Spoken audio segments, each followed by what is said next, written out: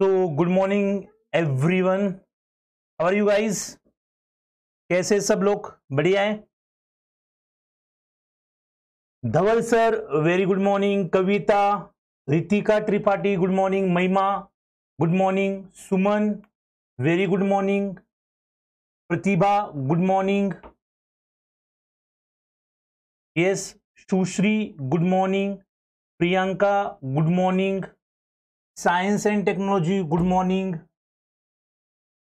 Raveena good morning, Priyanka Gupta, Priyanka Baradia, Ana Khwaba good morning one and everyone, one and all. Manoj sir very good morning, how are you Manoj sir? Happy to see you after long time here. चलो जल्दी से जल्दी, अगर अभी तक आप लोगों ने लेक्चर का लिंक शेयर नहीं किया है, बी क्विक, जल्दी से जल्दी लेक्चर का लिंक शेयर करो। क्लियर? तो हमने ऑलरेडी बायोकेमिस्ट्री के जो प्रीवियस ईयर्स के सेशन थे, जिसमें 1918 के 2 सेशन हमने कंप्लीटली डिस्कस किए थे। अब उसके अलावा हम 2017 का भी जो पेपर है यहां पर डिस्कस कर रहे हैं। तो गेट एक्सेल 2017 का प्रीवियस ईयर्स में जो बायोकेमिस्ट्री सेक्शन है उसको हम डिस्कस करने जा रहे हैं। तो जल्दी से जल्दी आप लोग यहां पर लेक्चर को लाइक करें एंड इस वीडियो के लिंक को शेयर करो डिफरेंट ग्रुप्स के अंदर। And very soon we are going to reach 50K family. तो आप लोगों को एडवांस में हमें इस माइलस्टोन तक पहुंचाने के लिए सब लोगों को थैंक यू। और इसलिए मैं बोल रहा हूं क्योंकि अभी तक अगर आप लोगों ने चैनल को सब्सक्राइब नहीं किया है तो please subscribe IFS online for more updates and videos. चलो, yes, Abhishek very good morning, Mayank good morning, Vikas good morning, Sumitra good morning, very good morning one and all. So हम यहां पर स्टार्ट कर रहे हैं प्रीवियस ईयर के सेशन के जो क्वेश्चन है उनको। अब एक चीज मैंने यहां पर नोटिस की इस पेपर के अंदर, वो कि जो MCQs है, यानी कि जो थ्योरेटिकल क्वेश्चंस है, वो काफी अच्छे क्वेश्चंस आए थे इस पेपर के अंदर, लॉजिकल थे, अच्छे से आप सॉल्व करते हैं। लेकिन न्यूमेरिकल्स थोड़े से मुझे यहां पर टफ लगे इस पेपर के अंदर। चलो एक बार देखते हैं आपको कैसे लगते हैं। क्लियर? तो चलो लेट्स स्टार्ट। सबसे पहला क्वेश्चन ये है, करना क्या है आपको, सिंपल तरीके से आपको इस क्वेश्चन का आंसर देना है। क्लियर? तो सबसे पहले पहला क्वेश्चन है, क्या है? The molecular weight of a protein as determined by native PAGE. अगर आप उसको नेटिव पेज से डिटरमाइन करते हो तो molecular weight is approximately 400 kilo Dalton. कितना है? 400 kilo Dalton. This protein when run on a non reducing SDS page, अगर इस प्रोटीन को नॉन रिड्यूसिंग SDS पेज पे यहां पर रन करते हैं, gave A band of 200 kilo Dalton. तो ये कितने किलो डाल्टन का बैंड देता है? 200 किलो डाल्टन का बैंड देता है। And on a reducing SDS page gave A band of 100 kilo Dalton. The protein has, मतलब सिंपल से मैं बताऊं, नेटिव पेज करते तो 400 किलो डाल्टन, अगर नॉन रिड्यूसिंग SDS पेज करते तो 200, और रिड्यूसिंग वाली SDS पेज करते तो 100 किलो डाल्टन के। तो ये प्रोटीन कैसा होगा? ऑप्शन फर्स्ट है, 4 सब units of which 2 sets are linked by 2 disulphide bridges. 4 subunits which are linked by 4 disulfide bridges. 2 subunits only and none are linked by disulfide bridges. 2 subunits which are linked by disulfide bridges. तो क्या option सही होगा यहां पर? Option A, B, C, D, ये 4 option में से कौन सा ऑप्शन सही होगा? क्लियर? तो चलो देखते हैं यहां पर आंसर्स किसके किसके क्या आ रहे हैं। Yes, Vikas mathematics very good morning, Vikas sir, Sumitra very good morning, Kavita good morning. Sumitra ने यहां पर आंसर दिया है और वो आंसर है ए। जुल्फिकर कह रहे good morning sir, CSIR NET life science का पेपर डिस्कशन कब से करना है? Zulfikar, CSIR NET life sciences का जो डिस्कशन है वो प्रीवियस ईयर पेपर्स में से तो हमने 19 का 18 का 18 19 20 सारे डिस्कशंस आपको हमारे चैनल के ऊपर देखने को मिलेंगे। Santosh good morning. Preeti option A कह रही है, प्रियंका गुप्ता डी कह रही है, निशा कह रही है गुड मॉर्निंग। चलो ठीक है, निशा को भी गुड मॉर्निंग कहते हैं, सबको गुड मॉर्निंग। निधि का आंसर है ए। जल्दी से जल्दी जितने भी व्यूअर्स है उन व्यूअर्स को मैं यहां पर रिक्वेस्ट करना चाहता हूं कि जल्दी से जल्दी अपना आंसर बताओ। कविता कह रही है कि आंसर ए होगा, निधि कह रही है कि आंसर ए होगा। क्लियर? ठीक है, बिल्कुल सही यहां पर जवाब है। सुमन भी कह रही है ए होगा, शमीबा भी कह रही है ए होगा, बिल्कुल सही आंसर है, ऑप्शन ए इज करेक्ट। क्योंकि देखो पहले 400 था, क्लियर, जब नॉन रिड्यूसिंग पे पेज पे किया, एसडीएस पेज किया, तो 200 किलोडाल्टन का हमें मिला यहां पर। मतलब 200 किलोडाल्टन का मतलब क्या होगा? ऐसी अगर हम मान ले कि ऐसी दो सबयूनिट जो एक दूसरे से डाइसल्फाइड बॉन्ड से जुड़ी है और ये सारी 100 किलोडाल्टन की है ऐसे डाइसल्फाइड के, और इनके बीच में हो सकता है कि हाइड्रोफोबिक या किसी भी टाइप का वीक इंटरेक्शन इन क्लोन के बीच में प्रेजेंट हो। तो जब नॉन रिड्यूसिंग एसडीएस पेज से किया तो यहां पर हो सकता है कि ये जो वीक इंटरेक्शन टूटे, तो ये टोटल 200 किलोडाल्टन यहां से, 200 किलोडाल्टन यहां से। जब रिड्यूसिंग एसडीएस पेज करते हो तो ये डाइसल्फाइड बॉन्ड भी तोड़े जाएंगे और फिर यहां पर ऐसा मिलेगा और ये यहां पर ऐसा मिलेगा, ये यहां पर ऐसा मिलेगा और ये यहां पर ऐसा मिलेगा। तो ये 100 किलोडाल्टन का, ये 100 का, ये 100 का, ये 100 का। नॉन रिड्यूसिंग एसडीएस पेज से जो डाइसल्फाइड बॉन्ड है वो ब्रेक नहीं होते। डाइसल्फाइड बॉन्ड को ब्रेक करने के लिए you need to give treatment of reducing agents like beta mercaptoethanol, और भी है कई सारे। क्लियर? तो ऐसे 100 किलोडाल्टन के हमें 4 यहां पर क्या मिलेंगे? सब यूनिट्स मिलेंगे। तो 4 सब units of which 2 sets are linked by 2 disulphide bridges. तो ये एक सेट, ये एक सेट, ये 2 सेट्स डाइसल्फाइड ब्रिज से जुड़े हुए, ये भी एक सेट, ये भी एक सेट डाइसल्फाइड ब्रिजेस से जुड़ा हुआ है। क्लियर यहां पर? तो इस तरीके से ये हमारा जो है वो फर्स्ट क्वेश्चन था। तो बिल्कुल सही तरीके से आपने यहां पर आंसर किया है। Raveena you are right, Priyanka, Pankaj बेटा डी नहीं होगा, किरण भी कह रही कि डी नहीं होगा, Saumya very good answer is A, Pratibha कह रही है ए होगा। तो सीएसआर की एक्सपेक्टेड कट ऑफ की कोई वीडियो अपलोड कर दो परसेंटाइल में। ओके निशा, अभी तो फिलहाल जो है वो हमने आपको बताया है, कट ऑफ का वीडियो परसेंटेज में बताया, लेकिन ये सिस्टम थोड़ा सा न्यू है। एनटीए का जो स्कोर का सिस्टम है थोड़ा सा न्यू है, इसको हमें थोड़ा समझना पड़ेगा, तभी हम कोई स्टडी करके, डिटेल स्टडी करके कोई वीडियो अपलोड कर सकते हैं। ऐसे ही कोई वीडियो अपलोड करके आपको मिसगाइड करने में कोई वहां पर मतलब कोई पॉइंट नहीं बनता उस चीज में। तो डेफिनेटली हमें थोड़ा सा वहां पर पेशेंस रखना पड़ेगा। क्लियर? चलो वेरी गुड, प्रियंका को क्लियर हो गया, बहुत बढ़िया। Yes Shweta Asthana, how are you? Okay. Preeti please white pen से, यस डेफिनेटली व्हाइट पेन से ही लिखना स्टार्ट कर दिया मैंने, व्हाइट पेन सेलेक्ट किया है, don't worry about that. Okay clear? चलो so next, which one of the following techniques cannot be used to determine the sequence of a novel protein?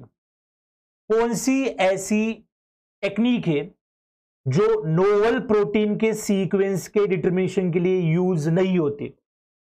तो very first, de novo sequencing by ESI-MS, okay, then Edmond degradation, then Sanger sequencing, then peptide mass fingerprinting। तो question number 17 का answer क्या होगा? जो हमारा 2017 का paper था उसमें ये क्वेश्चन नंबर 17 था, इसलिए आपको यहां पर ये नंबर रखा गया है। क्लियर? चलो बताओ जल्दी से, कौन सा होगा? D novo sequencing by ESI-MS, या एडमंड डिग्रेडेशन होगा, या सैंगर सीक्वेंसिंग होगा, या पेप्टाइड मास फिंगरप्रिंटिंग होगा? कौन सा technique can not be used कौन सा करते वो तो हमें पता है, कौन सा यूज नहीं कर सकते वो हमें यहां पर पता करना है। Yes, do you know sequencing by ESMSMS या फिर एडमंड सैंगर और पेप्टाइड मास फिंगरप्रिंटिंग, तो कौन सा होगा इसमें से? चलो, सुमन कह रही है कि सी होगा, निधि कह रही है कि डी, विश्वजीत सी कह रहे, सुमित्रा सी, ओके डी, सैंगर सीक्वेंसिंग सी, ACC। क्लियर। अब बहुत सारे स्टूडेंट का यही तो मिसकंसेप्शन और यही आपका फायदा है कि आप लोग यहां पर आते हो और आपकी चीजें जो है और क्लियर होती है। इसका रीजन क्या है? क्योंकि सबको पता है कि सैंगर सीक्वेंसिंग जो है वो डीएनए के जो न्यूक्लियोटाइड्स है उन न्यूक्लियोटाइड्स को सीक्वेंस करने के लिए सैंगर सीक्वेंसिंग यूज की जाती है। लेकिन डियर स्टूडेंट्स, एक चीज आपको मैं यहां पर बताना चाहता हूं कि सैंगर ने उसके पहले भी न्यूक्लियोटाइड सीक्वेंसिंग करने से पहले सैंगर ने टेक्निक डीएनए को सीक्वेंस करने के लिए की थी। तो सैंगर सीक्वेंस तो यूज करते हैं प्रोटीन सीक्वेंसिंग के लिए। एडमंड डिग्रेडेशन तो बहुत फेमस है, हमें पता है। डी नोवो सीक्वेंसिंग, और हमें वही चाहिए ना, नोवेल प्रोटीन है जो अब तक हमें पता ही नहीं, कभी सीक्वेंस नहीं किया गया, ऐसा नोवेल प्रोटीन है। तो उसके लिए de novo sequencing by ESIMS तो करती ही है, तो ये भी करते हैं, एडमंड डिग्रेडेशन भी करते हैं, सैंगर करते हैं। पेप्टाइड मास फिंगरप्रिंटिंग नहीं करते। पेप्टाइड मास फिंगरप्रिंटिंग में क्या होता है? फिंगरप्रिंटिंग से मतलब पता चलता है, इसमें क्या होता है, एक हमारे पास प्रोटीन की सीक्वेंस की लाइब्रेरी होते हैं। हमारे पास कोई नोवेल प्रोटीन मिला, कोई नया प्रोटीन मिला, उस नए प्रोटीन को हम सीक्वेंस करते हैं, उस नए प्रोटीन को हम सीक्वेंस करते हैं और सीक्वेंस करके उस लाइब्रेरी के अंदर जो भी प्रोटीन्स है उनकी सीक्वेंसेस है उनके साथ उनको मैच करते हैं। अगर ये मैच जो है वो अगर मिल गया तो उसके हिसाब से देखते हैं कि कौन सा प्रोटीन है, मतलब ये कोई नया प्रोटीन है या फिर हमें पहली बार मतलब कोई प्रोटीन पहले से कोई जो एग्जिस्टेड प्रोटीन है उसमें से ही है। तो पेप्टाइड मास फिंगरप्रिंटिंग जिसमें एक लाइब्रेरी होती है और उससे हम मैच करते हैं, तो यहां पर उसके पहले आपको वो मैच करने के लिए पहले आपके पास सीक्वेंस चाहिए, तो वो सीक्वेंस आप पेप्टाइड मास फिंगरप्रिंटिंग से नहीं निकाल सकते। उसके लिए आपको सैंगर सीक्वेंसिंग, एडमंड डिग्रेडेशन या फिर de novo sequencing by ESIMS ऐसा कुछ करना पड़ेगा। तो ये 3 सही है और डी ही गलत है। तो ये और पूछा भी क्या गया है, कैन नॉट बी, तो हमारा करेक्ट आंसर क्या होगा? Correct answer would B D. Clear? तो जिन लोगों ने यहां पर डी आंसर दिया है वो बिल्कुल सही है। Yes, science and technology C नहीं, डी होगा। Steve very good. Anil Kumar C नहीं होगा, डी होगा। Priyanka Gupta good. Ana good. Sumitra unknown protein identifies, okay clear. चलो बहुत बढ़िया। अब इसी तरीके से जो नेक्स्ट क्वेश्चन है वो आप सॉल्व करिए। बढ़िया है, सिंपल सा क्वेश्चन आपको यहां पर दिख रहा है। अब इस क्वेश्चन में क्या कहा है, which type of polyacrylamide gel can be used for analysing the 4 different proteins listed below. कौन से 4, मतलब ये जो 4 प्रोटीन दिए गए इसके लिए कौन सा ऑप्शन दे रखा है, कौन सा जेल और कौन से पीएच का वो यूज करेंगे, हम देखेंगे। करना क्या है आपको, पेज करना है, polyacrylamide gel is use, it is utilise. Clear? अब प्रोटीन है यहां पर, प्रोटीन पी है, प्रोटीन क्यू है, प्रोटीन आर है और प्रोटीन एस है। ऐसे डिफरेंट प्रोटीन है। प्रोटीन पी जो है वो 60 किलो डाल्टन का है, प्रोटीन क्यू जो है वो 45 किलो डाल्टन का है, प्रोटीन आर जो है वो 60 किलो डाल्टन का है और प्रोटीन एस जो है वो 45 किलो डाल्टन का है। तो very simple manner, 60 kilo Dalton का एक है, 45 kilo Dalton, 60 kilo Dalton, 45 kilo Dalton.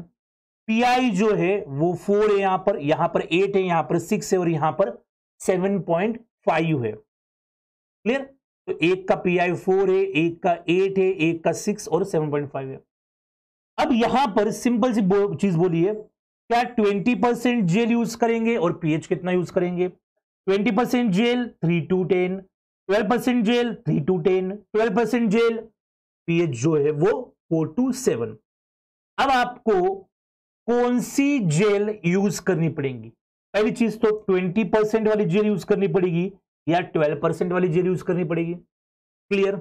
50% काम तो आपका वही हो जाएगा। फिर कौन से पीएच की यूज करनी पड़ेगी?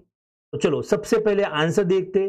तो यहां पर सुमित्रा ने कहा है कि आंसर इज ए, निधि कह रही है कि आंसर सी होगा। व्हाट अबाउट अदर्स, बाकी लोगों का क्या कहना है? चलो बी क्विक, फटाफट से कमेंट करो और कमेंट करके बताओ कि आपका आंसर क्या होगा। बहुत ही इंटरेस्टिंग सेशन होने वाला है, आगे बहुत अच्छे क्वेश्चन है, उनको हमें अच्छे से डिस्कस करना है। तो जल्दी से जल्दी बताओ, बी क्विक।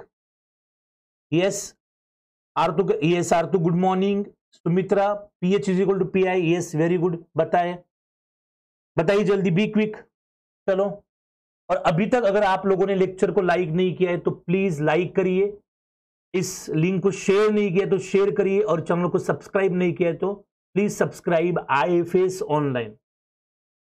प्रियंका गुप्ता कह रही है कि 60 किलो डाल्टन के लिए 12% जेल यूज होगा। सो आइडेंटिफाई प्रोटीन। देखो, जितना यहां पर जेल का परसेंटेज कम होगा, ठीक है, उतने बड़े साइज के पोर होंगे।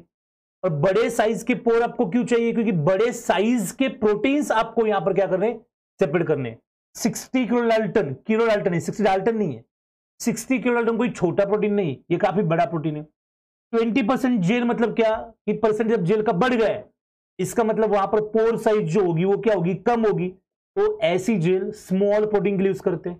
तो 20% तो मैं वैसे भी यहां से निकालता हूं, तो दो ऑप्शन बचते हैं मेरे पास, 12% जेल और एक 3 to 10 और 4 to 7। अब ये जो पीएच का ग्रेडियंट यहां पर जेल का होगा 4 to 7 या 3 to 10, ये देखो एक 4 है तो वो 4 to 7 में आ जाएगा, 8 है ये 4 to 7 में नहीं आ रहा है, 8 जो है वो 3 to 10 में आ रहा है, तो आंसर वुड बी सी। ये मैंने आपको लॉजिक बताया, सिंपल वाला। एक तो प्रोटीन बड़ा है, बड़ा प्रोटीन है तो बड़े साइज के पोर्स हमें चाहिए, इसलिए आप जेल का परसेंटेज क्या करो, कम करो।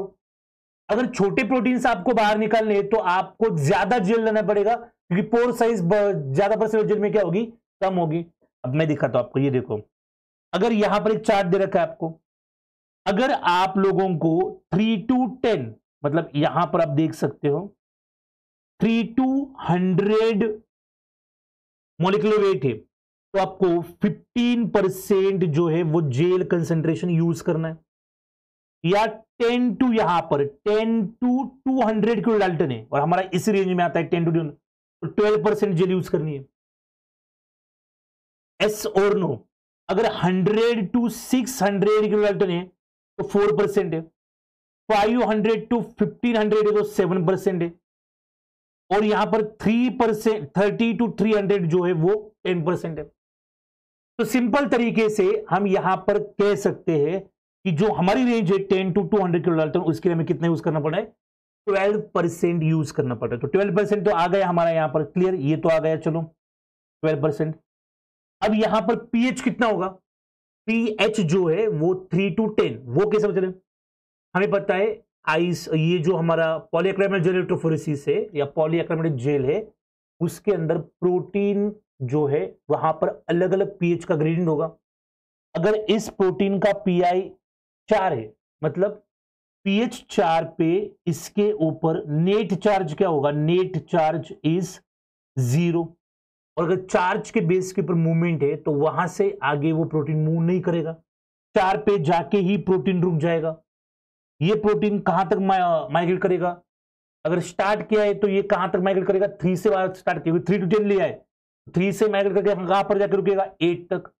ये प्रोटीन कहां तक रुकेगा, 6 तक, क्योंकि 6 के बाद 6 पीएच पे इसके ऊपर कौन सा चार्ज आने वाला है, 6 पीएच के ऊपर इसके ऊपर चार्ज आने वाला है 0, और 0 चार्ज आएगा तो फिर चार्ज भी उसके ऊपर, तो वो आगे मूव नहीं करेगा, क्योंकि इसमें हम मेनली प्रोटीन को इसके ऊपर मूव करवा रहे, मॉलिक्यूलर मास के ऊपर नहीं करवा रहे, मेनली हम इनका मूवमेंट करवा रहे चार्ज के बेसिस के ऊपर। फिर यहां पर प्रोटीन एस है जो कि 45 किलो डाल्टन का है, तो पीआई यहां पर कितना है, 7.5। ये सारे पीआई कवर्ड हो ऐसी रेंज कौन सी है, सारे पीआई कवर्ड होने वाली रेंज कौन सी है, 3 to 10 है, 4 to 7 तो है ही नहीं। तो अगर आप इससे जाते तो ये ऑप्शन जाता और ये ऑप्शन जाता, अगर पीएच की रेंज से जाते तो फिर बचे 3 to 10, 3 to 10। फिर आपको जेल पता है तो भी आपका हो जाएगा, फिर आपको और कोई एक्स्ट्रा दिमाग यहां पर लगाने की जरूरत हमें नहीं है। क्लियर, क्लियर, ठीक है, वेरी गुड। तो यस, कम परसेंटेज में जेल लेंगे तो पोर साइज बड़ा होगा। यस, बिल्कुल सही बात है Preeti, you are absolutely right. Mahima C, yes very good. Suman very good. Shamima not known, okay. PH कैसे बताए, वो बताया मैंने प्रीति अभी, प्लीज रिपीट पीएच वाला। ओके ओके, देखो पीएच में कैसे, सिंपल सी बात है, पीआई इज व्हाट, पीआई एक ऐसा पीएच है जहां पर नेट चार्ज मॉलिक्यूल पर क्या होगा, जीरो होगा।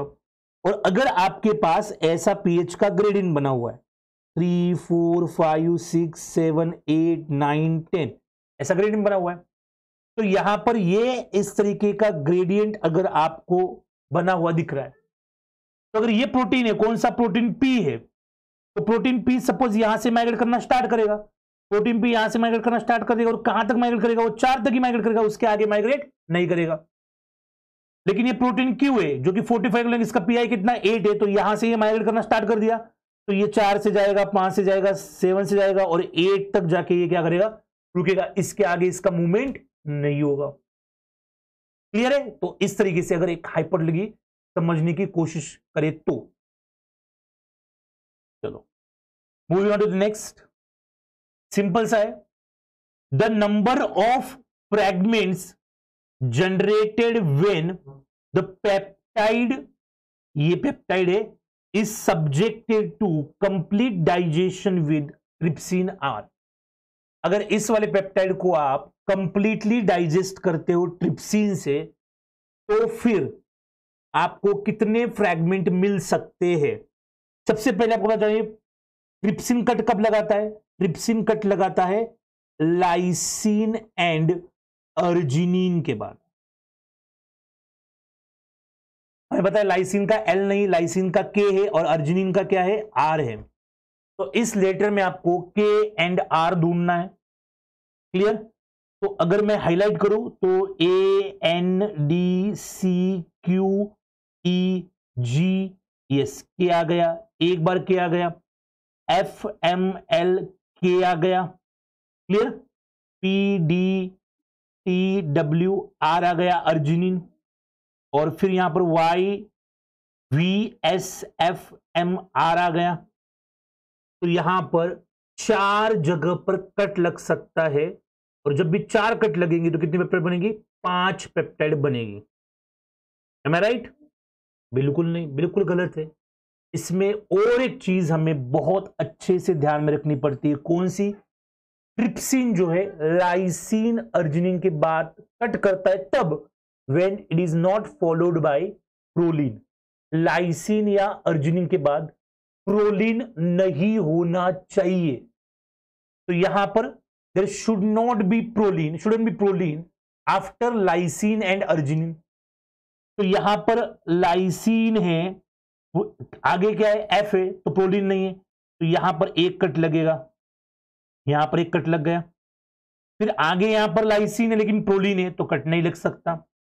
फिर यहां पर अर्जिनिन है और यहां पर नहीं है प्रोलीन, तो यहां पर एक कट लगेगा। अब यहां पर भी अर्जिनिन है लेकिन यहां पर क्या है, प्रोलीन है, तो कट नहीं लगेगा। टोटल कितने कट लग रहे, जगह तो 4 है लेकिन 2 जगह पर प्रोलीन आ रहा है बाद में, लेकिन ट्रिप्सिन वहां पर कट नहीं लगा सकता। हमें पता है ट्रिप्सिन जो है सी टर्मिनस पे कट लगाता है अर्जिनिन और लाइसिन के बाद। अब यहां पर ये एक कट लगा तो ये एक फ्रैगमेंट बना, ये एक कट लगा तो दूसरा फ्रैगमेंट बना, और ये यहां पर ये तीसरा फ्रैगमेंट। टोटल कितने फ्रैगमेंट लगेंगे, 3। तो 2 कट लगेंगे और 3 fragment. You guys are absolutely right. तो यहां पर देखते हैं कि क्या चाहिए, क्या कह रहे हैं। ठीक है, चलो। Priyanka Verma, you are absolutely right. Sumitra very good.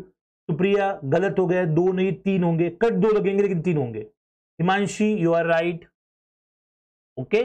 Steve 2 fragment नहीं 3 बनेंगे बेटा, प्रोलीन नहीं होना चाहिए। Yes Sumitra you are right. Hana 4 नहीं 3 बनेंगे, प्रोलीन है तो कट नहीं होगा, बिल्कुल you are absolutely right. Priyanka 3, Supriya okay. Anirban कह रहे कुछ आता है, ठीक है, बहुत बढ़िया, थैंक यू अनिर्बान। ठीक है, नेक्स्ट जो है यहां पर प्रियंका 3 फ्रैगमेंट मिलेंगे, बहुत बढ़िया।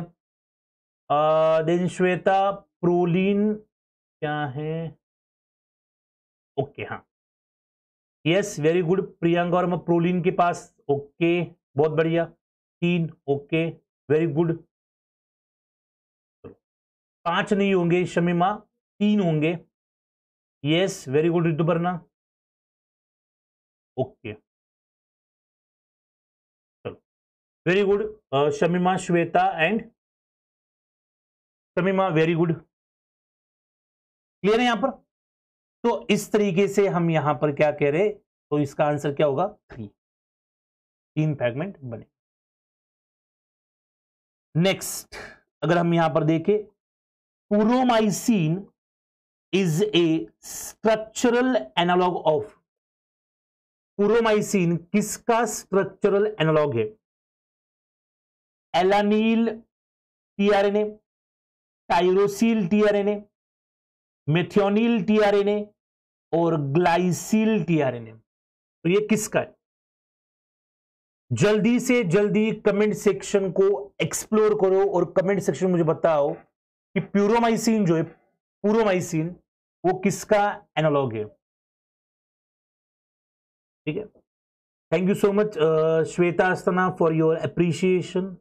ये पुणे में भी लोकेटेड है इंस्टीट्यूट, जोधपुर में भी है, हैदराबाद, कोलकाता, 4 जगह ब्रांच है। जो आपको नजदीक पड़ता है उसको वहां पर आप ज्वाइन कर सकते हैं आफ्टर लॉकडाउन की जो परमिशन होगी उसके बाद। तो सुमित्रा कह रहे बी होगा, तेजू कह रही सी होगा, कविता बी कह रहे, प्रियंका सी, आकाश बी कह रहा है।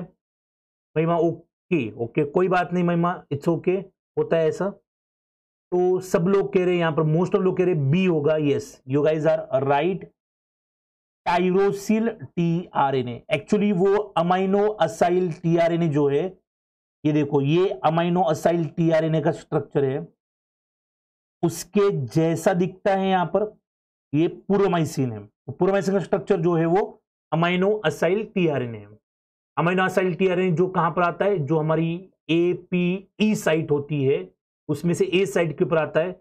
अगर इसके साथ हम यहां पर टायरोसिल बोला है, क्योंकि टायरोसिन जोड़ दिया तो वो टायरोसिल टीआरएनए हो जाएगा। और उसके लिए कौन सा एंजाइम यूज होता है? टायरोसिल सिंथेटेज वाला एंजाइम जो है वो यहां पर यूज होगा। क्लियर? तो सब लोगों ने बिल्कुल सही आंसर किया है। 20 नंबर के क्वेश्चन का जो आंसर होगा वो होगा बी। एब्सोल्यूट राइट, बिल्कुल सही किया आपने, बहुत बढ़िया। Yes Priyanka, you are right. Then next, which one of the enzymes is responsible for arsenic toxicity. Arsenic toxicity के लिए कौन सा एंजाइम जो है वो रिस्पॉन्सिबल है? कई सारे सोर्सेस है जिसकी वजह से हमारे बॉडी के अंदर आर्सेनिक एंटर होगा, और आर्सेनिक का अमाउंट जो है हमारे बॉडी के अंदर अकुमुलेट होना स्टार्ट हो जाएगा, तो डेफिनेटली वहां पर उसकी टॉक्सिसिटी, किसको टॉक्सिसिटी कॉज करता है ये? तो ये जो एंजाइम है पाइरुवेट डिहाइड्रोजिनेज, इसको ये क्या करता है?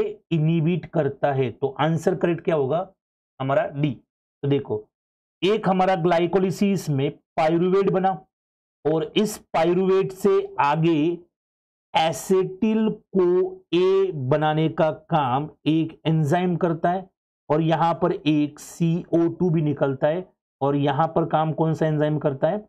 पाइरुवेट डिहाइड्रोजिनेज जो है वो यहां पर काम करेगा। पाइरुवेट 3 कार्बन का होता है, एसिटिल कोए 2 कार्बन का होता है।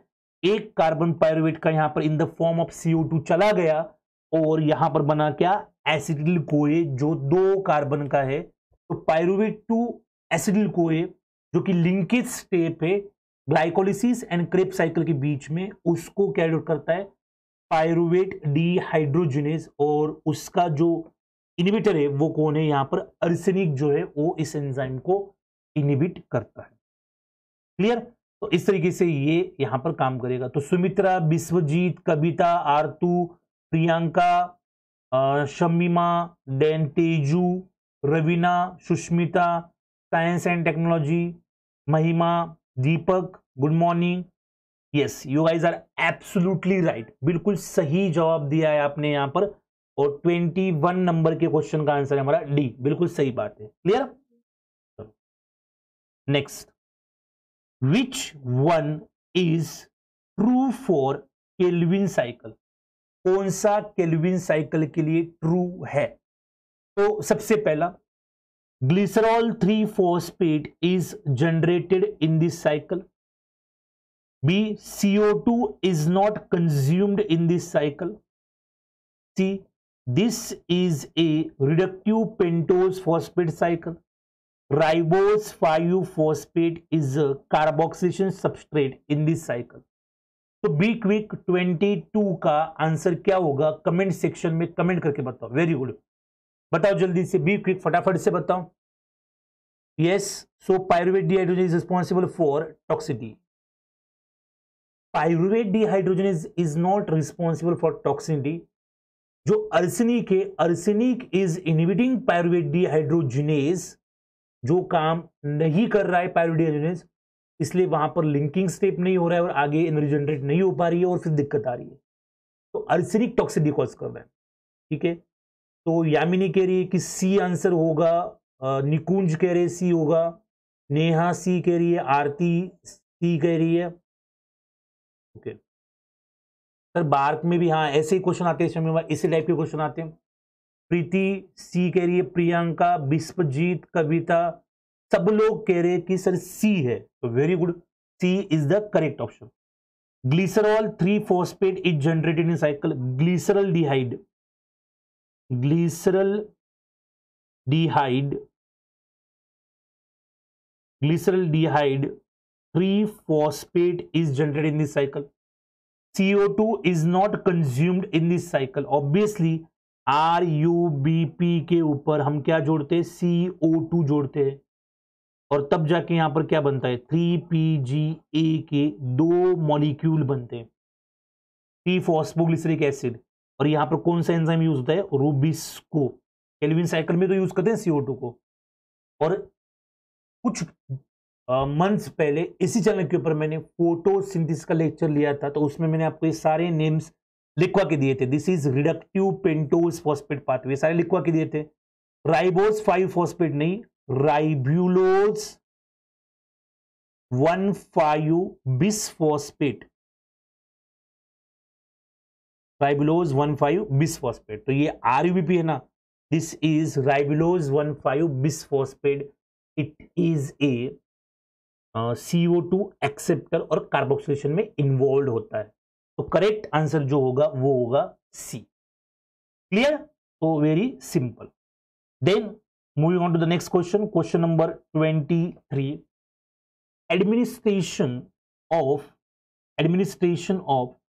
primaquine causes severe hemolytic anemia because it, yes, administration of primaquine को एडमिनिस्टर किया. It causes severe haemolytic anaemia because it increases the demand for NDPH to A level that cells can't meet, decreases the demand for NDPH, inactivates glutathione peroxidase of erythrocytes, increases reduced glutathione level of erythrocytes. So what is the answer for question number 23? Yes, तो यामिनी कह रही है answer A होगा, सुमित्रा कह रही है ए होगा, निकुंज कह रहे ए होगा. ए होगा बिल्कुल सही बात, लेकिन कैसे आंसर ए होगा ये भी तो हमें देखना पड़ेगा. यस, आरतू, सौरभ, ये सारे लोग कह रहे हैं कि आंसर जो होगा वो ए होगा. Okay, Teju, very good.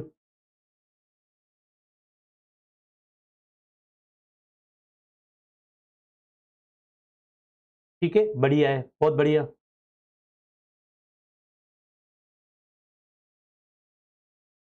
Yes, बाकी लोगों का क्या कहना है जल्दी बताओ. Be quick. प्रीमैक्विन जो है, प्रीमैक्विन मलेरिया को ट्रीट करने के लिए यूज किया जाता है. जो प्लाज्मोडियम की वजह से मलेरिया होता है उसको ट्रीट करने के लिए प्रीमैक्विन यूज करते हैं. और इनका अगर साइड इफेक्ट्स देखा जाए तो यहां पर हेमोलाइटिक एनीमिया हो सकता है. अब हेमोलाइटिक एनीमिया कैसे होगा? तो जो आरबीसीज है, नॉर्मली क्या होता है, आरबीसीज है। अगर ब्लड के अंदर जो हमारा आरबीसी के अंदर एक मॉलिक्यूल होता है, कौन सा, हीमोग्लोबिन, ठीक है। और हमें पता है कि हीमोग्लोबिन का काम क्या है, ऑक्सीजन कैरेज या ऑक्सीजन ट्रांसपोर्ट जो है वो इसका काम है। अब आरबीसीज है, हीमोग्लोबिन है, और यहां पर ऑक्सीजन कैरेज उसका काम है, ठीक है। तो अब इस जगह पर आप एक चीज समझ सकते हो, जब भी हीमोग्लोबिन कम हो जाएगा, हीमोग्लोबिन कम होगा तो आरबीसीज का नंबर जो है वो इंक्रीज होगा। कैसे इंक्रीज होगा, जो बोन मैरो में यहां पर सिग्नल जाएगा, बोन मैरो को सिग्नलिंग होगी, आरबीसीज का नंबर कम हो गया है, उस नंबर को इंक्रीज करो, और आरबीसीज का नंबर जो है यहां पर क्या किया जाएगा, इंक्रीज किया जाएगा। इन दिस केज अगर हीमोग्लोबिन कम हो गया, आरबीसी का नंबर कम हो गया, तो ऑक्सीजन सप्लाई नहीं होगा, बोन मैरो को सिग्नलिंग होगी, बोन मैरो से आरबीसीज का प्रोडक्शन ज्यादा होगा। कैसे होगा वो भी आपको पता होगा कि किडनी है, किडनी एक हॉर्मोन्स रिलीज करती है, दैट इज इरिथ्रोपायोटिन, ये हार्मोन रिलीज होता है जिसकी वजह से आरबीसीज का प्रोडक्शन जो है वो एनहांस होता है। क्लियर। अब आरबीसीज ज्यादा हो गए, एक चीज समझो आप, प्रीमैक्वीन है, तो जो प्रीमैक्वीन है, ये प्रीमैक्वीन क्या करता है, किस तरीके से काम करता है, तो प्रीमैक्वीन रिएक्टिव ऑक्सीजन स्पीसीज का अमाउंट इंक्रीज करता है, बहुत ज्यादा बढ़ाता है। जो भी पैरासाइट है उस पैरासाइट को कैसे मारता है, ये प्रीमैक्वीन ईटीएस के साथ इंटरफेयर करता है। ईटीएस और ईटीसी जो इलेक्ट्रॉन ट्रांसपोर्ट चेन है, ईटीएस और ईटीसी उसके साथ इंटरफेयर करता है और रिएक्टिव ऑक्सीजन स्पीसीज का नंबर ज्यादा बढ़ाता है।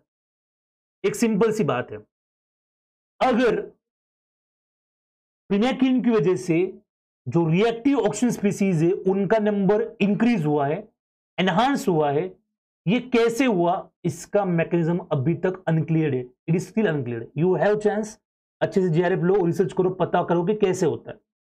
तो प्रीमैक्वीन आरएस बढ़ाएगा, आरएस बढ़ेगे तो पैथोजन को ठीक है उसको तो मार ही रहे, लेकिन हो सकता है हमारे आरबीसी को अफेक्ट हो जाए। तो क्या होता है, सपोज कि ये आरबीसी है, इस आरबीसी के अंदर एक एंजाइम है, that is glucose 6 phosphate dehydrogenase, glucose 6 phosphate dehydrogenase, और ये क्या करता है, NADPH को बनाता है, NADPH को बनाता है। क्लियर। मतलब ये एंजाइम जब काम करेगा, ग्लूकोज 6 फॉस्फेट डिहाइड्रोजिनेज जब काम करेगा तो NADPH बनेगा, एंड दिस NADPH जो है it is utilised by glutathione, reduced glutathione या ग्लूटाथायोन, इसके लिए टू न्यूट्रलाइज ROS। क्लियर। मतलब मैकेनिज्म ऐसा है कि आरबीसीज है, उनके अंदर एक एंजाइम है ग्लूकोज 6 फॉस्फेट डिहाइड्रोजिनेज, उसकी वजह से एनडीपीएच बनता है, that NDPH is utilised by glutathione to reduce reactive oxygen species, ये हो गया। लेकिन जब प्रीमैक्वीन का ट्रीटमेंट देते हैं किसी पेशेंट को, अगर मलेरिया से क्योर करना है, प्रीमैक्वीन क्या करता है, आरओएस का प्रोडक्शन इंक्रीज करता है। अगर आरओएस का प्रोडक्शन इंक्रीज होगा तो उस आरओएस को न्यूट्रलाइज करना पड़ेगा, उसको न्यूट्रलाइज करने के लिए ग्लूटाथायोन काम करेगा, ग्लूटाथायोन कहेगा मुझे एनडीपीएच दो, मुझे बहुत सारे एनडीपीएच चाहिए, लेकिन उतने ज्यादा एनडीपीएच नहीं मिलते, तो increases the demand for NDPH level that cells can't meet. Cells को जितना एनडीपीएच चाहिए वो नहीं मिलता, और वो नहीं मिलेगा तो रिएक्टिव ऑक्सीजन स्पीसीज न्यूट्रलाइज नहीं होगी, क्योंकि वो बढ़ चुकी है प्रीमैक्वीन की वजह से, और ज्यादा इंक्रीज हो गई तो वो आरबीसी जो है वो बर्स्ट हो जाएगी, और वो आरबीसी अगर मर जाएगी, डेड हो जाएगी, तो आरबीसी का नंबर क्या हो जाएगा, कम, इसकी वजह से क्या कहते हैं, हेमोलाइटिक एनीमिया। क्लियर। तो इस तरीके से हम यहां पर इस क्वेश्चन को डिस्कस कर सकते हैं। सबने आंसर सही बताया, वेरी गुड। ठीक है, Shomen, this is not available in book, I have read it from research paper. Shamima, very good. Akash, okay, increase in NDPH demand, yes you are right. तो इसको एक्सप्लेन कर दीजिए, अभी तो कर दिया explain. Okay, clear. Shweta, induce haemolytic, very good. Sachin, good morning. Preeti, okay, understood, बहुत बढ़िया, very good. Kavita, very good Kavita. चलो next, which one of the following will not form A lipid bilayer? Very good Priyanka, बहुत सिंपल सा क्वेश्चन है, बहुत simple सवाल है। इसमें से कौन सा, which of the following will not form lipid bilayer, कौन सा इसमें से लिपिड का बाइलेयर फॉर्म नहीं करेगा? एक कोलेस्टेरॉल है, एक फॉस्फेटिडिल इथेनॉल अमाइन है, एक ट्राइएसाइल ग्लिसरॉल है और एक फॉस्फेटिडिल सेरीन है। यस, तो जल्दी से बताओ। यस, बी क्विक, बताओ जल्दी से कौन सा होगा।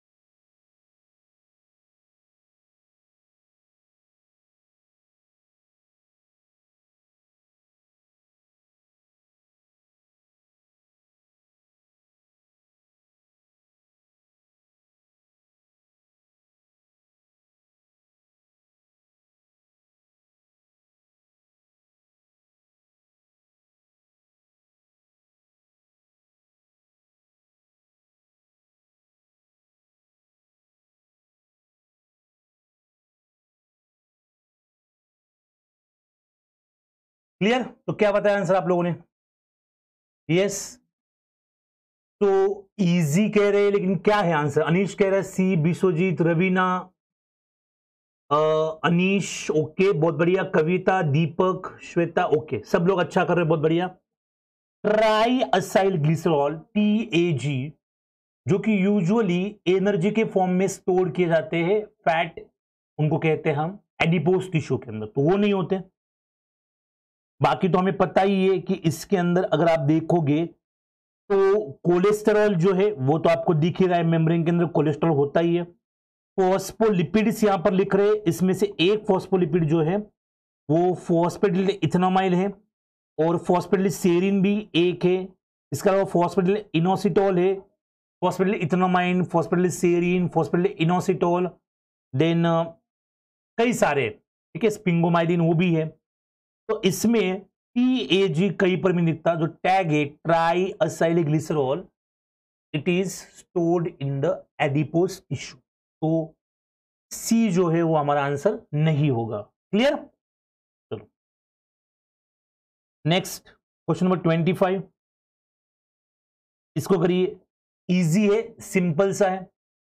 विच one of the following features is not appropriate for fab fragment of IgG? इसमें से कौन सा जो ऐसा है which is not appropriate for fab fragment of IgG? Clear? Contains antigen binding site, contains an intact L chain, two fragments are formed from one IgG molecule, mediates complement fixation in the intact IgG molecule, लेके Poddar head group होता है। Okay ठीक है, चलो जल्दी से बताओ। Good morning Durga Vishwakarma. Yes, which one of the following features is not appropriate for Fab fragment of IgG? Okay, D कह रहे आईजीजी कॉम्प्लीमेंटेशन में इन्वॉल्व नहीं होता। ओके, ठीक है, चलो बहुत बढ़िया। मैं आपको दिखाता हूं एक डायग्राम। अब तो बता दीजिए, डायग्राम देख के बताइए मुझे। चलो be quick. Yes, Priyanka D कह रही है एमएसक्यू टाइप के क्वेश्चंस की प्रिपरेशन कैसे करें सर?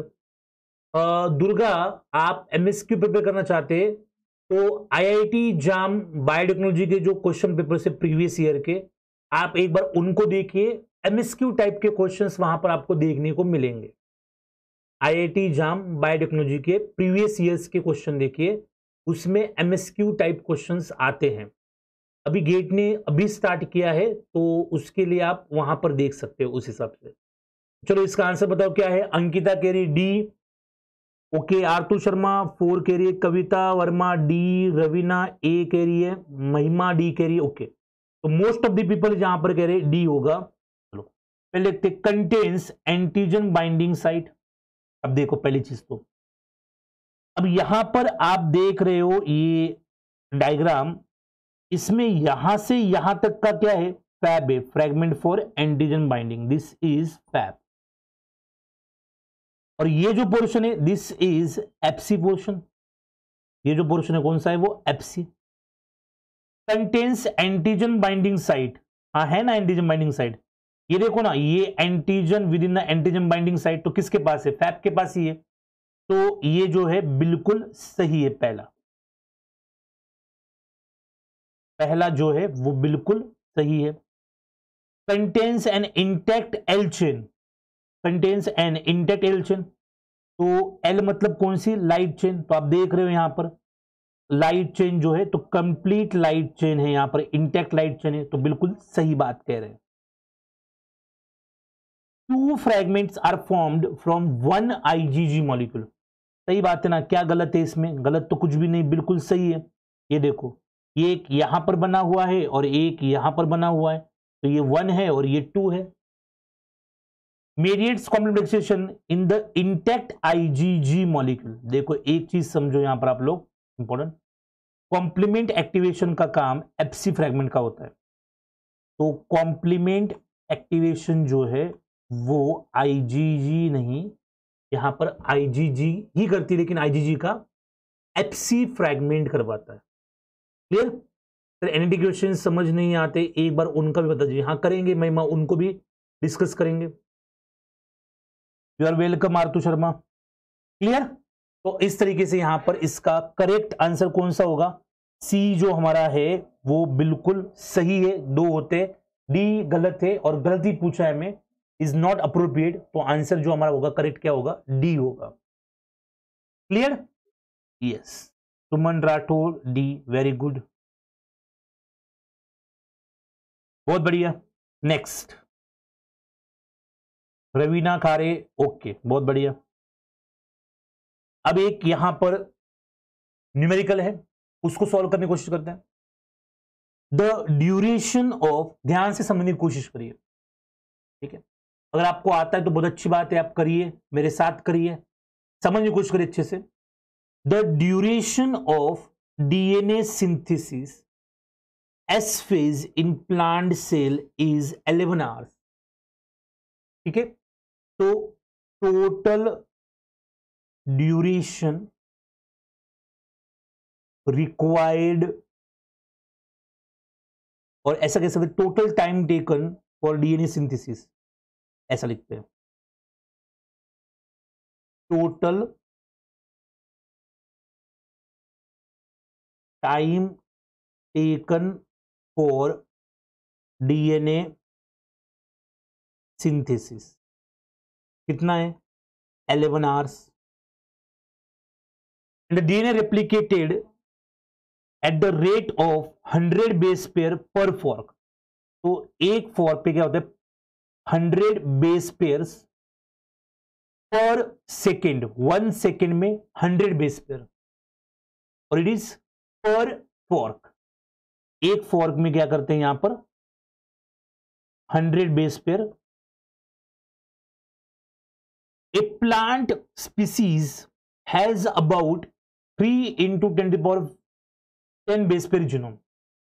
यानी कि 3 इंटू 10⁻10 बेस पेयर जीनोम जो है वो कंप्लीट जीनोम 11 आवर्स के अंदर क्या किया जाता है, सिंथेसाइज किया जाता है। तो time taken for complete DNA synthesis, और कितने बेस पेयर सिंथेसाइज कर रहे हो, 3 इंटू 10⁻10 बेस पेयर सिंथेसाइज करो, कितने में, 11 आवर्स में। और रेट क्या है, रेप्लिकेशन रेट क्या है, 100 बेस पेयर पर सेकेंड पर फॉर्क। एक रेप्लिकेशन फॉर्क होता है ना, उसमें पर फॉर्क कितना होता है यहां पर, तो होता है इतना। Next, the number of bidirectional forks per genome required for replication will be, the number of bidirectional fork per genome required for replication will be clear। तो सबसे पहले अगर हम क्या कह रहे हैं कि 100 बेस पेयर कितने में, 1 सेकेंड में, क्लियर, 100 बेस पेयर 1 सेकेंड में। तो हमें 3 इंटू 10⁻10 बेस पेयर जो है वो सिंथेसिस करने, तो 1/100 इंटू 3 इंटू 10⁻10 सेकेंड्स, इतना टाइम हमें लगेगा, क्योंकि एक सेकेंड में 100 न्यूक्लियोटाइड्स ऐड होते हैं, इसलिए 1/100 कितने बेस पेयर्स आपको लाने हैं, तो 3 इंटू 10⁻10, तो उतने सेकेंड्स हम कंसिडर करेंगे। समझ गए यहां पर। तो 100 बेस पेयर पर सेकंड। अब देखो, एक बेस पेयर पर सेकंड होता है, एक बेस पेयर, तो आपको टोटल कितने सेकंड लगते हैं, आपको टोटल लगते हैं 3 इंटू 10⁻10 सेकेंड। अगर पर एक बेस पेयर होता, पर सेकेंड एक बेस पेयर ऐड होता, तो आपको टाइम लगता कितना, जितने न्यूक्लियोटाइड उतना टाइम लगता। तो कितने बेस पेयर यहां पर, 3 इंटू 10⁻10, लेकिन एक सेकंड में कितने हो रहे, 100, इसलिए 1/100 इंटू 3 इंटू 10⁻10 सेकेंड्स। अब इसको अगर हम देखें तो यहां पर हम सिंपली इसको ऐसा लिख सकते, 3 इंटू 10⁸ सेकेंड्स कर सकते हैं, 3 इंटू 10⁸ सेकेंड्स। और अगर इस सेकेंड्स को आपको मिनट में करना है तो आप 60 करो, तो ये सेकेंड का क्या हो जाएगा, मिनट्स हो जाएगा। और इंटू 60 करो तो मिनट्स का क्या हो जाएगा, आवर्स में हो जाएगा। ऐसा और नो, तो आपके पास क्या आए थे, ये सेकेंड आए थे, 3 इंटू 10⁻10 सेकेंड्स आए थे। तो 3 इंटू 10⁻, मतलब यहां से ये जाने दो, ये 2 जाने दो, और यहां पर क्या आ जाएगा, 3 इंटू 10⁸ आ जाएगा। अब ये सेकंड में आया है, अगर सेकेंड्स को मिनट में कन्वर्ट करना है तो क्या करना पड़ेगा, डिवाइड बाय 60। इसको आवर्स में करना है तो डिवाइड बाय 60। तो यहां पर क्या आंसर आ जाएगा, 3 इंटू 10⁸ अपॉन 60 इंटू 60, तो 3600 ये आ जाएगा। ऐसे और नो, तो यहां से अगर ये 2 जाने देते हम यहां पर, तो क्या हो जाएगा आगे वाली स्टेप में, तो आगे वाली स्टेप में हो जाएगा 3 इंटू 10⁶ अपॉन 36। समझ रहे हो, 3 इंटू 10⁶ अपॉन 36। तो इसको अगर यहां पर हम निकालेंगे तो हम आर्स में, ये क्या हो रहा है हमारा सारा आंसर, यहां पर हमने आर्स में काउंट कर दिया है, ठीक है। तो यहां पर क्या आ जाएगा, अगर यहां पर आ जाएगा 1/12 इंटू 10⁶, ऐसा भी लिख सकते हैं हम इसको, एस और नो, 1/12 इंटू 10⁶, क्योंकि ये यहां पर जाएगा 1 आएगा और ये क्या आएगा 12 आएगा। क्लियर। तो इसके बाद यहां तक समझ में आ गया, एस और नो, यहां तक समझ में आ गया। अब इसके बाद आपको क्या करना है, ये आपके पास इतने क्या आ गए, आर्स आ गए। और सिंपल करना कर सकते हो, यहां से 100 लो यहां पर, और मतलब ये 2 यहां से, ये 6 है तो 2 0 यहां पर लाओ, 100/12 कर लिया इंटू 10⁴ कर लो। ये क्या था, 1/12 इंटू 10⁶ था।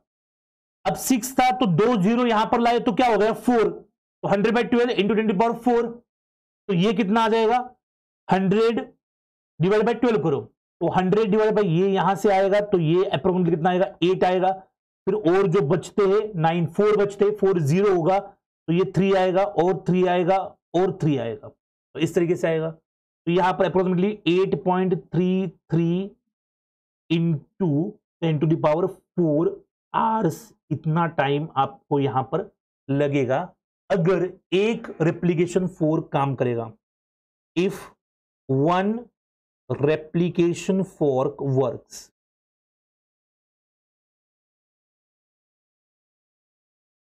सिंगल रेप्लिकेशन फोर्क काम करेगा तो आपको इतना टाइम लगेगा।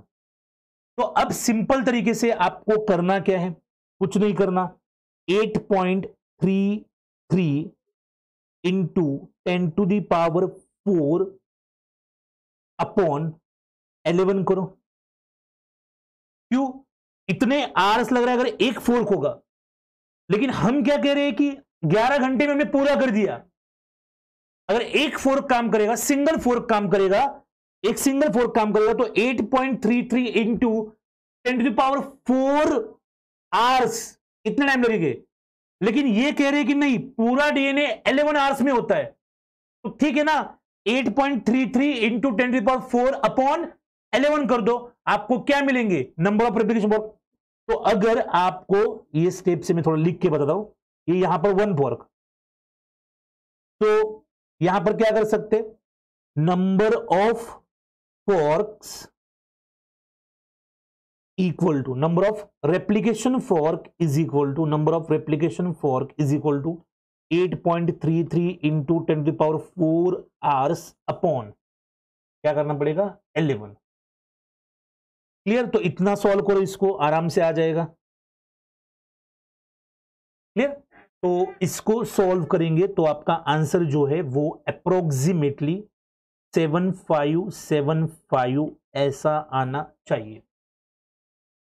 ये यहां पर थोड़ा सा मतलब कल मैं कैलकुलेशन करके देख रहा था, तो मैं यहां पर जो है वो 833 दो डिजिट तक 33 पकड़ा, तो आंसर जो है आपका वो 7572 आएगा। तो अगर आप कन्वर्ट कर रहे हो, फॉर एग्जांपल यहां पर अगर दिख रहा है कि आपको, एक मिनट में आपको दिखाता हूं, अगर आप कन्वर्ट कर रहे हो, क्लियर, कन्वर्ट कर रहे हो तो कन्वर्ट कर टाइम एक चीज ध्यान में रखना यहां पर, ठीक है, जब कन्वर्ट आप कर रहे हो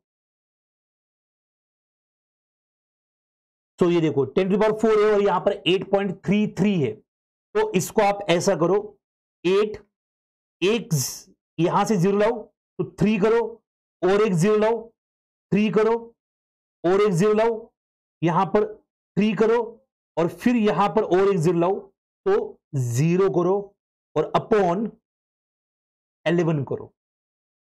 क्लियर, तो यहां पर आपका आंसर जो आया था वो 8.333 आया था। अगर आप इसकी जगह ऐसा लिखोगे ना, 8.83300 अपॉन 11 ऐसे भी लिख सकते ना, यूजुअली हमें मैथमेटिक्स में आदत होती है हम दो डिजिट तक ही पकड़ते हैं। दो डिजिट मतलब कौन से, 8.33 पकड़ के आगे 0 कंसीडर करते हैं, हम उसको नहीं पकड़ते, लेकिन आंसर अलग आ रहा है। अगर आप ये करोगे तो आपका आंसर 7575 आएगा, अगर आप ये करोगे तो आपका आंसर 7572 आएगा। करके देखिए एक बार, क्लियर है। तो यहां पर जो हमारा 100 डिवाइडेड बाय हमने कितना किया था, 12 किया था, तो आंसर हमारा 8.33333 आ रहा है। तो उसमें से अगर आप दो डिजिट पकड़ते हो और बाकी आगे 0 लगा देते हो तो फिर आपका ये आंसर आ रहा है, जो कि मैच नहीं कर रहा है आंसर के साथ। और जब आप यहां पर आगे दो 0 की जगह एक ही 0 और 3 लगा देते हो तो आपका यही आंसर करेक्ट आ रहा है। तो हम तो हमेशा इसी के साथ जाएंगे, इसके साथ हम नहीं जाएंगे। क्लियर, यस और नो, अब हो गया क्लियर, यस। तो इसको मैं यहां से अब क्या करता हूं, हटा देता हूं, ये चीज जो मैंने यहां से हटा दी, ये हमारे काम की नहीं है।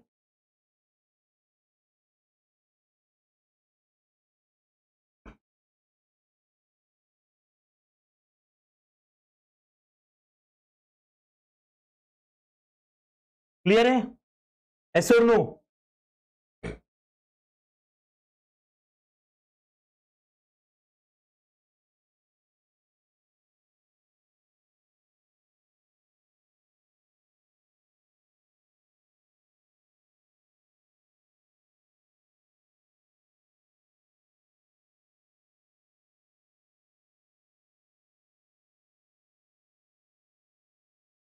चलो क्लियर हो गया। अब वापस से आते हैं। ओके, यस और नो? यस, वेरी गुड, बहुत बढ़िया। चलो moving on to the next question, अगले क्वेश्चन की बात करते हैं। In a PCR reaction with one double standard DNA of 600 base pair, एक डबल स्टैंडर्ड डीएनए जो 600 बेस पेयर का है, nanogram of DNA produce after 40 cycles of amplification will be, nanograms of DNA after 40 cycles of amplification will be। सबसे पहले simple लिखो ऐसा, एक DNA है जो कितने बेस पेयर का है, तो वो अप्रोक्सीमेटली 600 बेस पेयर का है। कितने बेस पेयर का है, तो ये अप्रोक्सीमेटली 600 बेस पेयर का है। अगर इस एक डीएनए के आफ्टर 40 साइकिल ये कितना होगा, तो हमें पता नहीं इसका फॉर्मूला क्या होगा, 2n होगा, where n is number of cycle, PCR cycle. Clear? तो यहां पर क्या आ जाएगा, 2 टू द पावर क्या आ जाएगा, 40, क्योंकि कितने साइकिल रन किया आपने, 40 साइकिल रन किए। तो 2 टू द पावर 40 का जो वैल्यू आता है वो कितना आता है, तो approximately 1.1 into 10 to the power 12, इतना वैल्यू आता है। इसको आप ऐसा भी कर सकते हो ना, इसको डिवाइड कर सकते हो, 2 to the power 10 into 2 to the power 10 into 2 to the power 10 into 2 to the power 10। जब भी यहां पर बेस सेम है, अगर बेस सेम है तो आप ऊपर वाले वैल्यूज का क्या कर सकते हो, मल्टीप्लिकेशन कर सकते हो। 10 प्लस 10 प्लस 10 प्लस 10 प्लस क्या आ जाएगा, 2 टू द पावर 40 हो जाएगा। और 2 टू द पावर 10 की वैल्यू हमें पता है कितना, 10/24 इंटू इसकी कितनी 10/24, इसकी कितनी 10/24 और इसकी कितनी 10/24, ये वैल्यू आ गई। और ये सारा आप इंटू इंटू करोगे तो आपकी वैल्यू कितनी आएगी, approximately 1.1 into 10 to the power 12, इतनी वैल्यू यहां पर आ जाएगी। क्लियर है? तो ये है, सो 1.1 इंटू 10 टू द पावर 12, ये जो है number of DNA after 40 cycles of PCR. Clear? अब ये हो गया नंबर ऑफ डीएनए मॉलिक्यूल्स। अब आपको पूछा है कि nanogram of DNA produce after 40 cycle of amplification, so how many moles, ऐसा हम ये हो गए यहां पर। क्लियर? तो अब हम क्या पूछेंगे, खुद से क्वेश्चन क्या पूछेंगे यहां पर, हाउ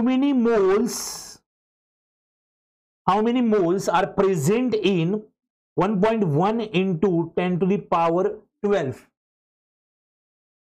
क्लियर? सो कितने मोल इसके अंदर होंगे, तो ये हमें पता करना है। तो इसके लिए आपको क्या करना पड़ा है, हमें पता है कि 1 मोल क्या होता है, 1 मोल जो हमारा एवोगाड्रोस का नंबर है, कितना होता है उसका number, 6.023 into 10 to the power 23, ये हो जाएगा ना। तो अगर आपको ये वैल्यू, मतलब इसमें कितने मोल है ये फाइंड आउट करना है, तो आप क्या करोगे, 1/6.23 into 10 to the power 23 into 1.1 into 10 to the power 12, ये करोगे।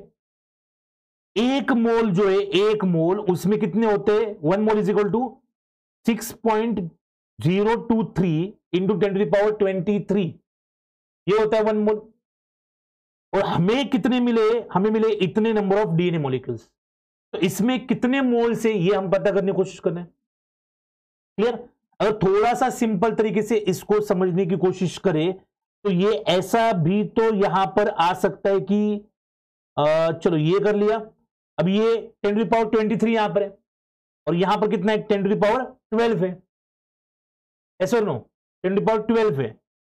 तो यहां पर हम क्या कर सकते हैं, तो ये 23 और 12, तो 1 इंटू 1.1, तो 1.1 upon 6.23 into 10 to the power -10 यहां पर आ सकता है,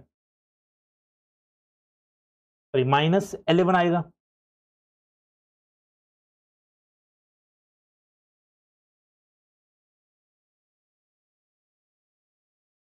क्लियर?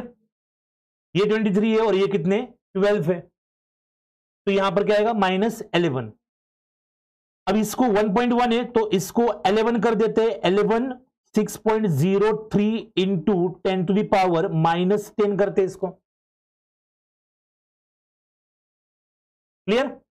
तो 11 upon 6.23 into 10 to the power -10 यहां पर इसको कर सकते हैं। हाँ करते एक्सप्लेन, थोड़ा सा वेट करिए महिमा जी, पूरा चीज एक्सप्लेन करेंगे। क्लियर? अब ये यहां पर आ गया। अब इसके बाद आप इसको और सिंप्लीफाई कर सकते हैं। इसको और सिंप्लीफाई करेंगे तो यहां पर 1.82 into 10 to the power -10 moles जो है ये यहां पर आएगा।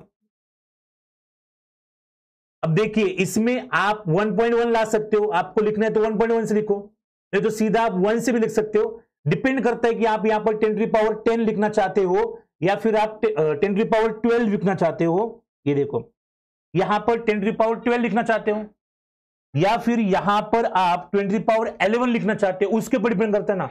एक बार आप क्या करिए, सिंपल से कैलकुलेशन करिए। अब यहां पर इतनी बड़ी कैलकुलेशन हो नहीं सकती, आपको पता है, और गेट में आपको कैलकुलेटर अलाउड है, ये भी पता है आपको। अब यहां पर अगर हम 10 to the power 1024 into 1024 into 1024 और इंटू 1024 ये मल्टीप्लाई करते बैठेंगे तो उसके जो नंबर है वो 12 टू 13 डिजिट नंबर आएगा। अब उस नंबर को जब आप इंटू पावर में काउंट कर रहे हो तो वहां पर 1.1 आता है, तो आप एक बार वो करके देखिए ना। क्या करो सिंपल सा, और आपको पता है गेट में कैलकुलेटर अलाउड है, कैलसी अलाउड है, तो कैलसी भी करो ना आप। ये 1024 इंटू 1024 इंटू 1024 इंटू 1024 ये आ गया। अब इसको जब आप इंटू पावर में काउंट कर रहे हो तो जो पहला जो होगा वो 11 आएगा ना, तो उसमें बीच में पॉइंट दे रहे हैं हम, बस इतनी सिंपल सी बात कर रहे हैं। ठीक है, आएगा, पहले समझने की कोशिश करो। ठीक है, तो 1.8 ये श्वेता वेरी गुड 26 इंटू 10 की पावर 10 इतने मोल्स हमें मिले। क्या मिले हमें? इतने मोल्स मिले। ये क्लियर हो गया? चलो अब यहां पर ये हमारा सेकंड स्टेप जो है वो क्लियर हो गया। अब यहां से थोड़ा सा मुझे गायब होना पड़ेगा क्योंकि आपको दिखेगा नहीं मेरी वजह से। पेशेंस रखिए, आएगा, करेंगे हम। ये क्लियर होगा यहां से। उसके बाद अब हम बताएं कि 600 बेस पेयर एक डीएनए के अंदर है। क्लियर? तो 660 ग्राम पर मोल ऐसा कह सकते, 660 ग्राम पर मोल। थोड़ा सा यहां पर नहीं बैठेगा, तो 660 ग्राम क्या कह रहे, 660 ग्राम पर मोल में एक बेस पेयर होता है। हमारे पास कितने? 600 बेस पेयर के डीएनए, तो एक बेस पेयर कितना होता है? 600 बेस पेयर में एक डीएनए। एक डीएनए हमारे पास 600 बेस पेयर का है, तो एक बेस पेयर मतलब कितना ग्राम पर मोल? तो वन बेस पेयर मतलब हमारा होता है 660 ग्राम पर मोल। अब हम क्या करेंगे, तो हमें 660 ग्राम पर मोल में एक बेस पेयर मिल रहा है। कितने बेस पेयर निकलने हमें? तो हमें 660 इंटू 600 ग्राम पर मोल मिलेंगे। 660 इंटू 600 ग्राम पर मोल मिलेंगे। तो हमें टोटल कितने मोल मिलेंगे? 39600 ग्राम पर मोल इतना मिलेगा। अगर 660 को मल्टीप्लाई करोगे 600 से, एक बार करके देखो अच्छे से, थोड़ा मैं आपको टाइम देता हूं, 660 इंटू 600, ये मल्टीप्लाई करके देखो 39600 ग्राम पर मोल, इतना आंसर आएगा। क्लियर? ऐसा क्यों किया? क्योंकि हमारे पास एक डीएनए था 600 बेस पेयर का, 600 बेस पेयर का, लेकिन एक बेस पर मतलब कितना? 660 ग्राम पर मोल। तो अब हम ऐसा कह सकते हैं कि 1 मोल, और इसमें कितना आ गया? 39600 ग्राम्स, ये आ गया 1 मोल में 39600 ग्राम्स आ गया। तो फिर हमारे 1.82 इंटू 10 टू द पावर -10 मोल में कितना है? क्लियर? तो ये हमें करना पड़ेगा। तो इसके लिए क्या है? सिंपल सा एक कैलकुलेशन करना पड़ेगा। 39600 into 1.82 into 10 to the power -10, ये आएगा। Clear?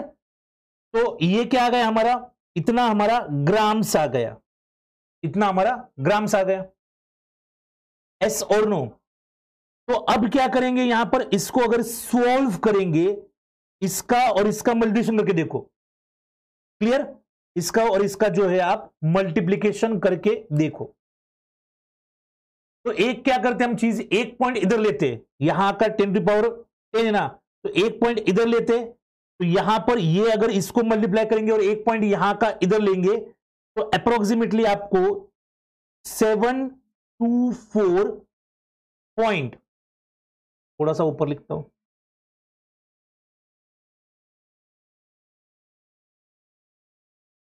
724.68 into 10 to the power -10 grams में आ गया। आप कहोगे सर -9 कहां से आया? तो मैंने यहां पर थोड़ा सा बैलेंस किया, और 9 क्यों यहां पर लिया ये भी मैं आपको बताऊं। इसका रीजन ये है सिंपल सा, 724.68 इंटू 10 टू द पावर -9, इतना क्या है? ग्राम से। ठीक है, इतना आपका ग्राम से। लेकिन आपको पूछा है नैनोग्राम्स में।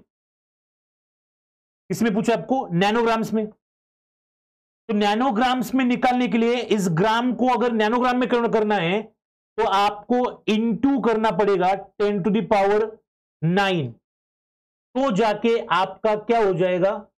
ग्राम्स का नैनोग्राम्स में कन्वर्ट होगा। ग्राम्स का क्या होगा? नैनोग्राम में कन्वर्ट होगा। क्लियर? क्योंकि 1 ग्राम यहां पर अगर हम कंसिडर करेंगे, 1 gram is equal to 10 to the power 9, यहां पर नैनोग्राम्स आएंगे।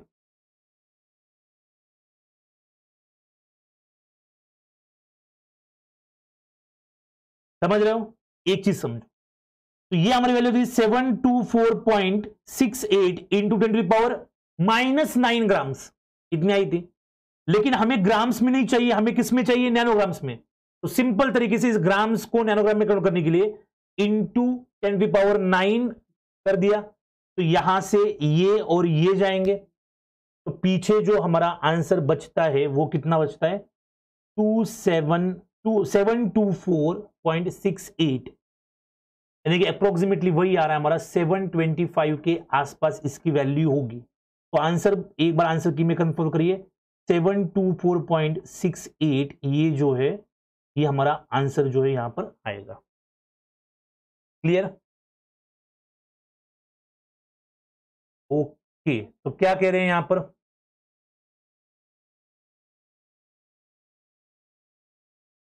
ठीक है, तो श्वेता करिए। यस यस श्वेता, ये तो हमने कर लिया था, वेरी गुड। यस, ये भी हो गया। चलो क्लियर। तो यहां पर पॉइंट 2 आगे श्वेता, 723,096 के बाद आप पॉइंट 2 723.096 ऐसा करो आप, क्योंकि आंसर आपका यही नहीं है। आंसर आपका क्या है? उन्होंने कहा है 722 टू 725 में जो भी आंसर आएगा वो सही है। इसका फाइनल आंसर क्या है मैं आपको बताऊं कि 722 से 725 के बीच में जो भी आंसर आएगा वो आंसर सही है, ऐसा गेट के आंसर की के अकॉर्डिंग। तो इसकी रेंज में अगर आपका आंसर आता है कुछ भी तो वो बिल्कुल सही है। ठीक है, thank you so much Nikunj. Clear है यहां पर? एस और नो? ठीक है, तो इस तरीके से हम यहां पर ये डिस्कस कर रहे थे। एस और नो समझ में आ गया? बहुत बढ़िया।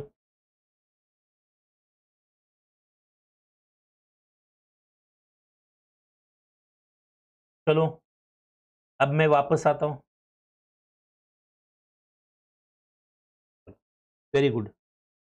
नेक्स्ट क्वेश्चन नंबर 28, और 28 में क्या कहा है इन्होंने? ए सॉल्यूशन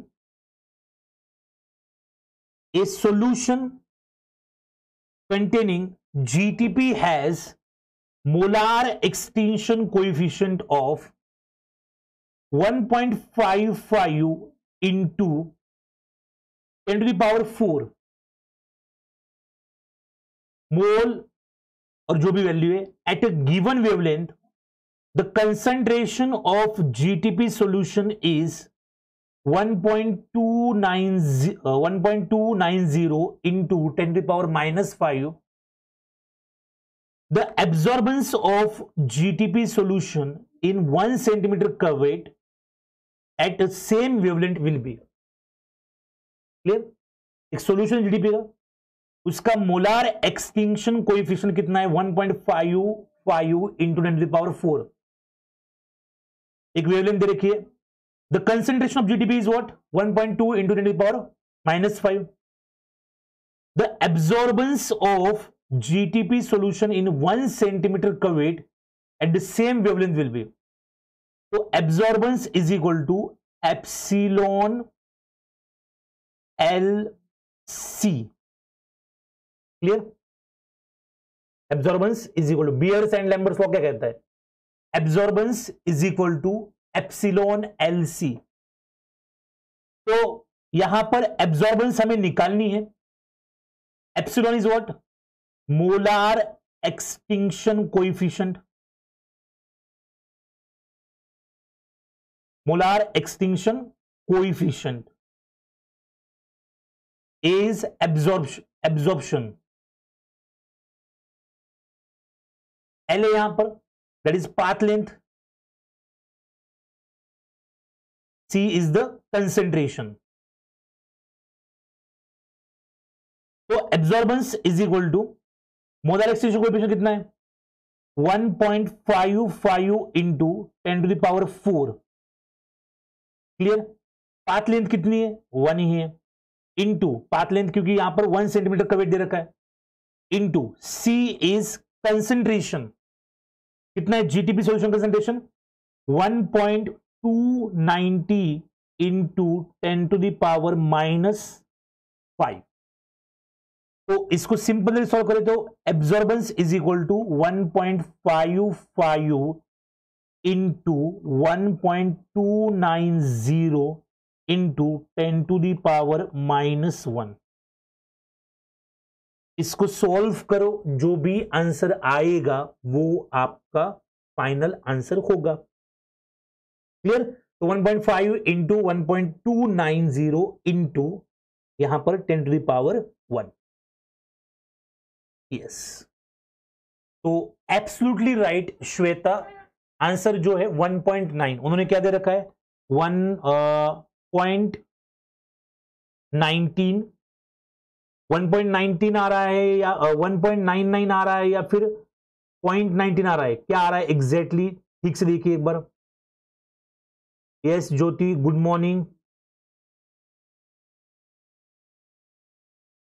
ठीक है, तो इस तरीके से यस आंसर दे रखा है 1.99 टू 2 के बीच में उन्होंने आंसर दे रखा है। क्लियर? यस और नो? देन नेक्स्ट जो है वो एक सिंपल सा है, which one of the following is not true for class 1 MSC protein. Class 1 MSC protein के लिए कौन सा ट्रू नहीं है? MSC class 1 protein are polymorphic, yes true है, क्योंकि एक ही सेल के ऊपर मेनी डिफरेंट टाइप्स के प्रोटीन्स होते हैं। T cell receptors recognizes MSC class 1 protein, ये बिल्कुल सही है। एमएससी रिसेप्टर जो है वो टी सेल को ही रिकॉग्नाइज करते हैं, टीसीआर के साथ ही इंटरेक्शन करते हैं। MSC class 1 protein are displayed on the surface of nucleotidic acid. MSC2 is present on dendritic or endogen presenting cells, whereas MSC1 is present in all nuclear cells. तो A, B, C सही है, D अब गलत होना चाहिए, Q beta 2 microglobulin is covalently associated. No, it's not covalently, it's weak interaction से associated होता है।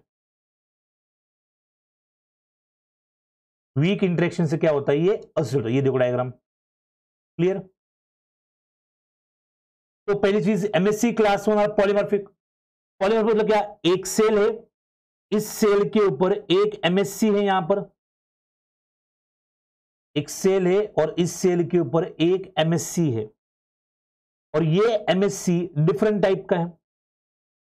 तो दिस इज एमएससी, और ये एमएससी जो है वो डिफरेंट टाइप की एमएससी, मतलब एक ही सेल के ऊपर ये एक अलग एमएससी है, ये एक अलग एमएससी है, तो इसको हम क्या कहते हैं? Polymorphic MSc. ये एक अलग टाइप का एमएससी है, डिफरेंट टाइप्स के, तो ये बिल्कुल सही है। T cell receptor recognizes MSC class 1। MSC class 1 को भी करते हैं, क्लास 2 भी करते हैं। दो टाइप की टी सेल होती है, एक CD4 वाली टी सेल हो तो वो MHC2 को रिकॉग्नाइज करती है, अगर CD8 वाली टी सेल हो तो MHC1 को रिकॉग्नाइज करती है। MSC class 1 proteins are displayed on the surface of all nuclear, ये तो बिल्कुल सही बात है। MSC2 जो होते हैं वो सिर्फ एंटीजन प्रेजेंटिंग सेल्स के ऊपर होते हैं। बीटा 2 माइक्रोग्लोबुलिन, ये देखो ना यहां पर कोवैलेंटली अटैच नहीं है, वीक इंटरेक्शन से अटैच है, कोवैलेंट नहीं है, वीक इंटरेक्शन है, तो D is wrong. Clear? Then question number 30 again, और एक कैलकुलेशन यहां पर।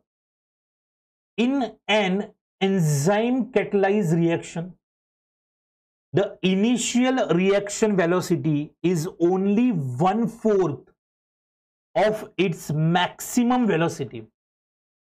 जो initial velocity है, it is 1/4 of its maximum velocity if the substrate concentration is 3 into 10 to the power minus 3 millimolar, the value of Km in micromolar, यहां पर millimolar है और यहां पर क्या है? माइक्रोमोलार है। तो एक एंजाइम कैटलाइज रिएक्शन है जिसके अंदर इनिशियल वेलोसिटी जो है 1/4 ऑफ Vmax है, और सबसे कॉन्सेंट्रेशन कितना रखा है? 3 रखा है, 3 into 10 to the power minus 3 millimolar. The value of Km in micromolar will be, तो सिंपल सा फॉर्मूला लास्ट वाले इसमें भी आया था, V0 is equal to Vmax into S upon Km plus S, ये फॉर्मूला दे रखा है। लेकिन जो मैक्सिमम वेलोसिटी है इट इज मतलब velocity of the initial reaction is 1/4 of the Vmax, 1/4 of the maximum velocity. तो ऐसा करना पड़ेगा ना, V0 is equal to Vmax upon 4, क्योंकि वो 1/4 है Vmax इनिशियल वेलोसिटी। Vmax के क्या है? 1/4, Vmax अपॉन क्या आ जाएगा? 4। क्लियर? तो अगर इसको सॉल्व करें तो Vmax upon 4 is equal to यहां पर क्या आएगा? Vmax into S upon Km plus S। Clear? तो यहां से ये Vmax है, ये Vmax गया, ऐसा और नो, और फिर पीछे क्या बचता है? 4S इज इक्वल टू के एम प्लस एस। क्लियर? ये एस को इस साइड लेके जाओ, तो यहां पर प्लस था, वहां पर आके क्या हो जाएगा माइनस, तो 3s इज इक्वल टू क्या रह जाएगा के एम। तो के एम इज इक्वल टू क्या हो जाएगा S 3s। K M is equal to 3 × 10⁻³ S की वैल्यू क्या है? एस की वैल्यू आप देखिए, द सब्सट्रेट कंसेंट्रेशन 3.0 × 10⁻³ मिलीमोलर। तो यहां पर आ गया, तो के एम इज इक्वल टू क्या हो जाएगा? तो यहां पर 9 × 10⁻³ मिलीमोलर। लेकिन आपको यहां पर आंसर किस में निकलना है? आपको आंसर निकलना है किसमें? माइक्रोमोलार में। और अगर आपको आंसर माइक्रोमोलार में निकलना है, तो कैसे मिलीमोलार को माइक्रोमोलार में कन्वर्ट करोगे? यस करो, अब इतना कन्वर्जन आप करो जल्दी से, बी क्विक। यस, तो यहां पर हमें क्या करना पड़ेगा? इसको अगर कन्वर्ट करना है तो यहां पर सिंपल से हमें इसको मल्टीप्लाई करना पड़ेगा 10⁻³ से, तब जाके किसमें कन्वर्ट होगा? माइक्रोमोलार। तो ये 3 से -3 गया, क्योंकि इसको मल्टीप्लाई करना पड़ेगा यहां से। तो पीछे के एम इज इक्वल टू कितना आएगा? सिर्फ 9, और वैल्यू किस में आएगी? माइक्रोमोलार में। वैल्यू मिलीमोलार में देखी थी, मिलीमोलार का आपको क्या करना था? माइक्रोमोलार करना था। तो 10⁻³ मिलीमोलार को अगर आपको माइक्रोमोलार में कन्वर्ट करना है, तो आपको क्या करना पड़ेगा?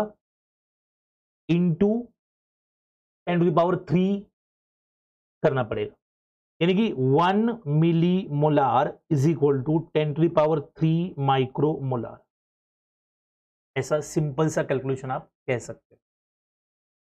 तो ये आपको मिली टू मोलार करना है, तो इसलिए हमारी इनिशियल वैल्यू 3 × 3 9 आया था, 9 × 10⁻³ आया था, तो इस मिलीमोलर में आया था। लेकिन हमें मिलीमोलर में चाहिए, हमें माइक्रोमोलर में चाहिए, और माइक्रोमोलर में लाने के लिए हमने 10⁻³ कर दिया।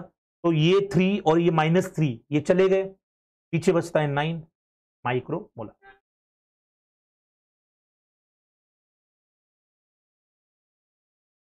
क्लियर? चलो, वेरी गुड। ओके, आ गए समझ में? यस और नो? चलो, moving on to the next question. Match the following enzymes in column 1 with their cofactors in column 2। Easy है, करो जल्दी, चलो फटाफट से, आराम से कर जाओगे आप, मुझे पता है। Be quick.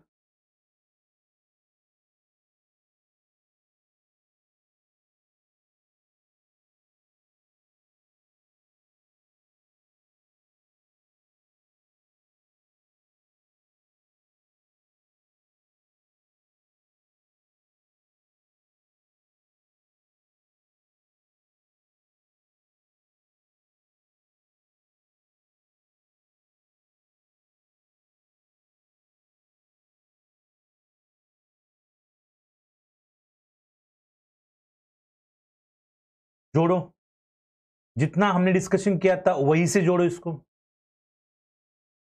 यस, आंसर कुछ लोग कह रहे सी होगा। ओके, निकुंज भी कह रहे सी होगा, देखते हैं। Yes, be quick. अभी तो देखा ना, ग्लूकोज 6 फॉस्फेट डिहाइड्रोजनेज एनएडीपीएच को बना रहा है, तो किसको यूज करेगा उसको बनाने के लिए? उसको बनाने के लिए यूज करेगा किसको?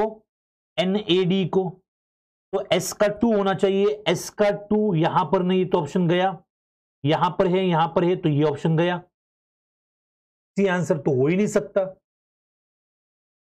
Clear? Then glyceraldehyde 3 phosphate dehydrogenase, इसके लिए एनएडी प्लस यूज हो सकता है, तो क्यू का होना चाहिए 3, क्यू का 3 यहां पर है, क्यू का 3 यहां पर नहीं, क्यू का 1 है, तो गया। Option is second.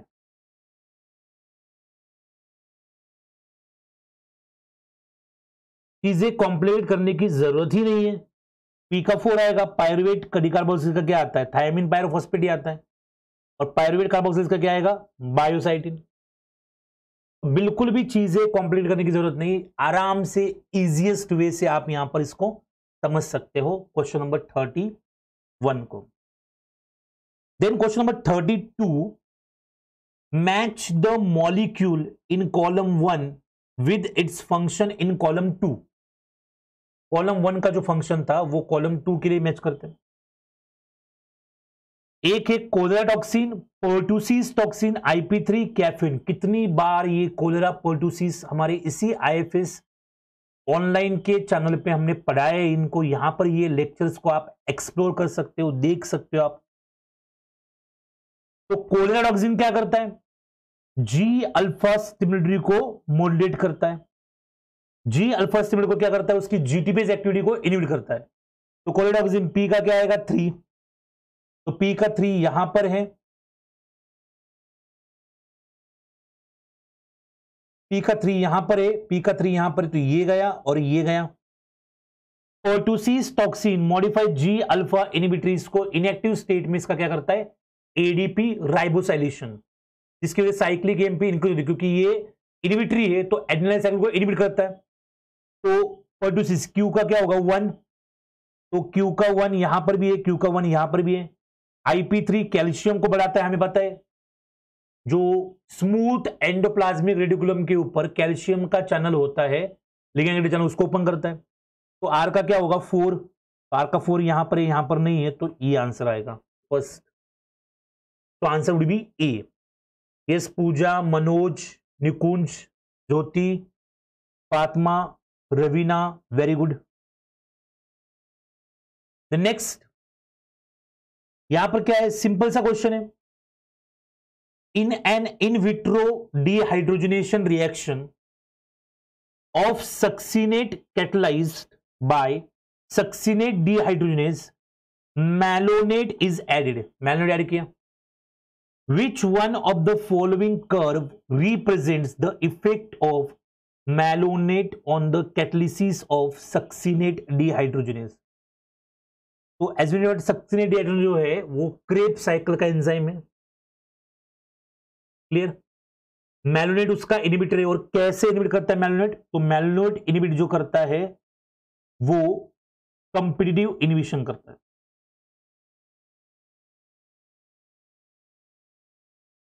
और कंपिटिटिव इनहिबिशन करता है, तो कंपिटिटिव इनहिबिशन के अंदर जो हमारा Km है वो Km चेंज होता है, और Vmax जो होती है वो Vmax कांस्टेंट रहती है। तो यहां पर आप देख सकते हो ये 1/s है और 1/v है। तो पहले ये ग्राफ था यहां पर, अब इनहिबिटर डालने के बाद ये थोड़ा सा 0 तक बढ़ा, यहां पर 0 होगा ना, तो उसकी तरफ बढ़ रहा है। यहां से दूर तो आगे माइनस है ना, आगे माइनस है। अगर यहां से इस तरफ बढ़ रहा है तो ये वैल्यू यहां से यहां पर आ गई, इसका मतलब Km क्या हो रहा है? इंक्रीज हो रहा है। और फिर यहां पर इस पॉइंट पे दोनों क्या हो जाएंगे? मर्ज हो जाएंगे। और दूसरी चीज, थोड़ा स्टिफ हो रहा है ग्राफ। ये देखो ना, यहां से ये जो है पहले यहां तक आया था तो इतना एंगल बना था, यहां से इतना ये बना था। अब यहां पर अगर देखोगे तो ये यहां से सिर्फ इतना ही, तो और स्टिफ हो रहा है। तो ऐसा तो इसी केस में होगा ना जब कंप्लीट इनहिबिशन होगा। तो क्लियर? तो यहां पर Km जो है वो इंक्रीज होगा। ओके ठीक है, रेड गलती से यूज हो गया। ये व्हाइट था डायग्राम, इसकी वजह से उसके ऊपर रेड यूज करने जा रहा था, कोई दिक्कत नहीं। Then 34, cardiotonic steroids have ability to strengthen heart muscle contraction due to the fact that these steroids, जो कार्डियोटोनिक स्टेरॉइड्स होते हैं, they have ability to strengthen the heart muscle contraction due to the fact that these steroids inhibit K dependent dephosphorylation of sodium potassium ATPase, activates Na plus K plus ATPase, increase the uptake of Na+ by activation of sodium calcium exchanger, increases uptake of calcium by activation of sodium calcium exchanger। ये देखो simple सा diagram है यहां पर। Sodium potassium binding जो है वो यहां पर हम दिखा रहे हैं। तो इस साइड से यहां पर पोटेशियम बाइंड हो रहा है, इस साइड से सोडियम बाइंड हो रहा है, सोडियम पोटेशियम पंप है। और ये ओवेबेन है, कार्डियक ग्लाइकोसाइड्स भी कहते हैं इनको ना। तो कार्डियोनिक स्टेरॉइड जो है ये यहां पर बाइंड करते हैं, इस साइड पे बाइंड करते हैं। तो क्या होता है, अंदर से 3 Na बाइंड होते हैं और बाहर आते हैं। अब K+ यहां से बाइंड होंगे और वो अंदर जाना स्टार्ट करेंगे। हमें पता है ना, 3 सोडियम बाहर आते हैं और 2 पोटेशियम अंदर आते हैं। यही है जो ग्रेडियंट को मेंटेन करके रखता है। इसकी वजह से सोडियम ज्यादा होते हैं बाहर सेल के और पोटेशियम जो है सेल के अंदर ज्यादा होते हैं। तो यही रीजन है, यही पंप काम करता है, सोडियम पोटेशियम पंप। इसको बाइंड करते हैं कुछ ओवेबेन है डिजिटली से, जो इसको जो है इनहिबिट कर सकते हैं। क्लियर? तो कार्डियक स्टेरॉइड जो है वो क्या करेंगे, इनहिबिट के डिपेंडेंट डीफॉस्फोरेशन ऑफ Na। मतलब क्या कि सोडियम यहां से तो बाहर आ गए, अब ये यहां पर बाइंड हो गए, तो ये K+ जो है वो अंदर नहीं जा सकता, और अंदर नहीं गया तो यहां से डीफॉस्फोरेशन नहीं होगा। तो ये तभी काम करता है जब एटीपी का हाइड्रोलिसिस होता है और एटीपी का फॉस्फेट ग्रुप जो है वो इसके ऊपर ट्रांसफर किया जाता है, इस डोमेन के ऊपर, अंदर वाले डोमेन के ऊपर। क्लियर? और इसमें हमने पढ़ा था सेल बायोलॉजी के अंदर, जो हमारे फ्री लाइव क्लासेस थे उसमें पढ़ा था, कोई एक हिस्टिडीन रेसिड्यू होता है उसके ऊपर कंजर्व्ड होता है, उसके ऊपर यहां पर क्या होता है, फॉस्फोराइलेशन होता है। तो yes, answer A is the correct answer. Then next and last question of our session, तो बताइए जल्दी से इसका करेक्ट आंसर क्या होगा। A newly isolated circular plasmid gave 2 bands of 3.2 and 3 kb on digestion with EcoR1 and 2 bands of 5 kb and 1.2 kb on digestion with BAM-H1।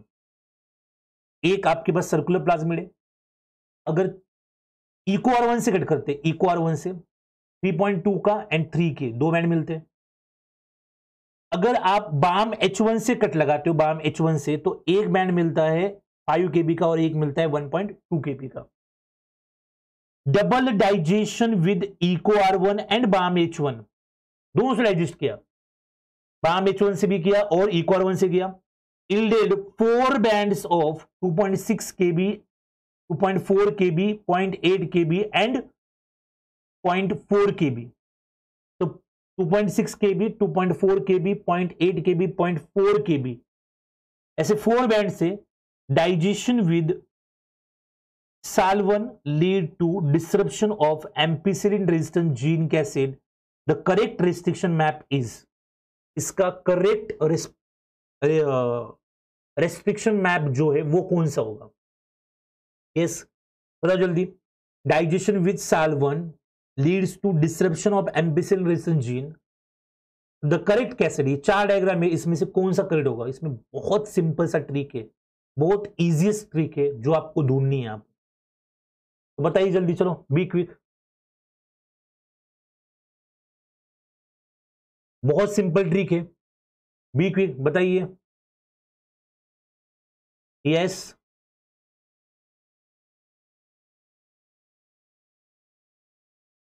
हाँ, I am waiting for your answers. ठीक है, देखो simple सी बात है। SAL1 lead to disruption of ampicillin resistant gene cassette. SAL1 से क्या होता है, एम्पिसिलिन जीन रेजिस्टेंट का कैसेड जो है वो डिस्टर्ब हो रहा है। अब पहले कैसेट में आप देख सकते हो, तो पहले कैसेट में क्या हुआ है, एम्पिसिलिन रेजिस्टेंट जीन है यहां पर, और यहां पर तो BAM-H1, EcoR1 और BAM-H1 काम कर रहा है। तो साल तो यहां पर काम कर रहा है, SAL1 की वजह से एम्पिसिलिन जीन रेजिस्टेंट नहीं होगा, तो गलत बात हो गई। BAM-H1, EcoR1, BAM-H1 यहां पर है, हाँ, लेकिन SAL1 यहां पर काम कर रहा है, एम्पिसिलिन रेजिस्टेंट है, तो यहां पर ये कैसे डिस्टर्ब हो सकती है, करेक्ट है।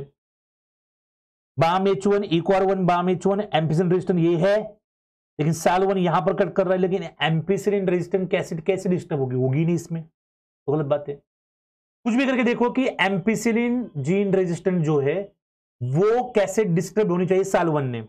अब साल 1 यहां पर काम कर रहा है, बाम H1 यहां पर, EcoR1 बाम H1 यहां पर, तो यहां पर भी वो डिस्टर्ब नहीं होगी। तो इस तरीके से आप देख रहे हैं यहां पर क्वेश्चन नंबर 35 में बी आंसर करें, क्योंकि इतना कहा है उन्होंने, digestion with Sal 1 lead to disruption of ampicillin resistant gene cassette. Ampicillin resistant gene cassette का यहां पर क्या हो रहा है, डिस्ट्रप्शन हो रहा है। तो the correct restriction map is, correct restriction map जो है, देखो एक ही डायग्राम ऐसा है जिसमें साल 1 एम्पीसिलिन रेजिस्टेंट जीन को कट कर रहा है, उस कैसेट को वहां पर क्लीव कर रहा है एक ही डायग्राम में। बाकी साल 1 यहां पर है, एम्पीसिलिन रेजिस्टेंट कैसेट यहां पर है, साल 1 यहां पर है, एम्पीसिलिन रेजिस्टेंट कैसेट यहां पर है, साल 1 यहां पर है, एम्पीसिलिन रेजिस्टेंट कैसेट यहां पर है, तो ये गलत है। क्लियर? तो इस तरीके से इसका करेक्ट आंसर जो होगा वो क्या होगा, बी होगा। तो क्वेश्चन नंबर 35 का आंसर होगा बी।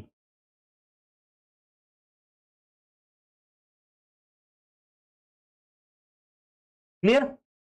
तो 35 का आंसर जो होगा वो होगा बी। तो इस तरीके से हमने इस पूरे पेपर को हमने डिस्कस कर लिया है।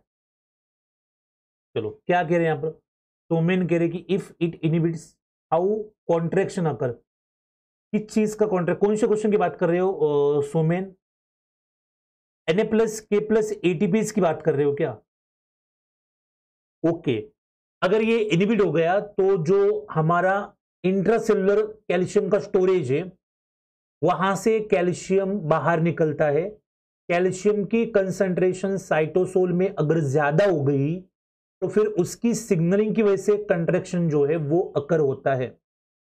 जो सोडियम पोटेशियम, सोडियम का जो ग्रेडियंट सेल के बाहर, वही क्या करता है, बहुत सारे चैनल को ऑपरेट करता है। और एक होता है सोडियम कैल्शियम एक्सचेंजर होता है, वो काम करता है। लेकिन अगर ये काम नहीं करेगा तो वो बाकी जो हमारे कैल्शियम के चैनल या बाकी जो पंप है वहां पर या चैनल है उनको अफेक्ट करता ही है, क्योंकि ये मेजर है। जो ग्रेडियंट सेल के बाहर बना हुआ है Na+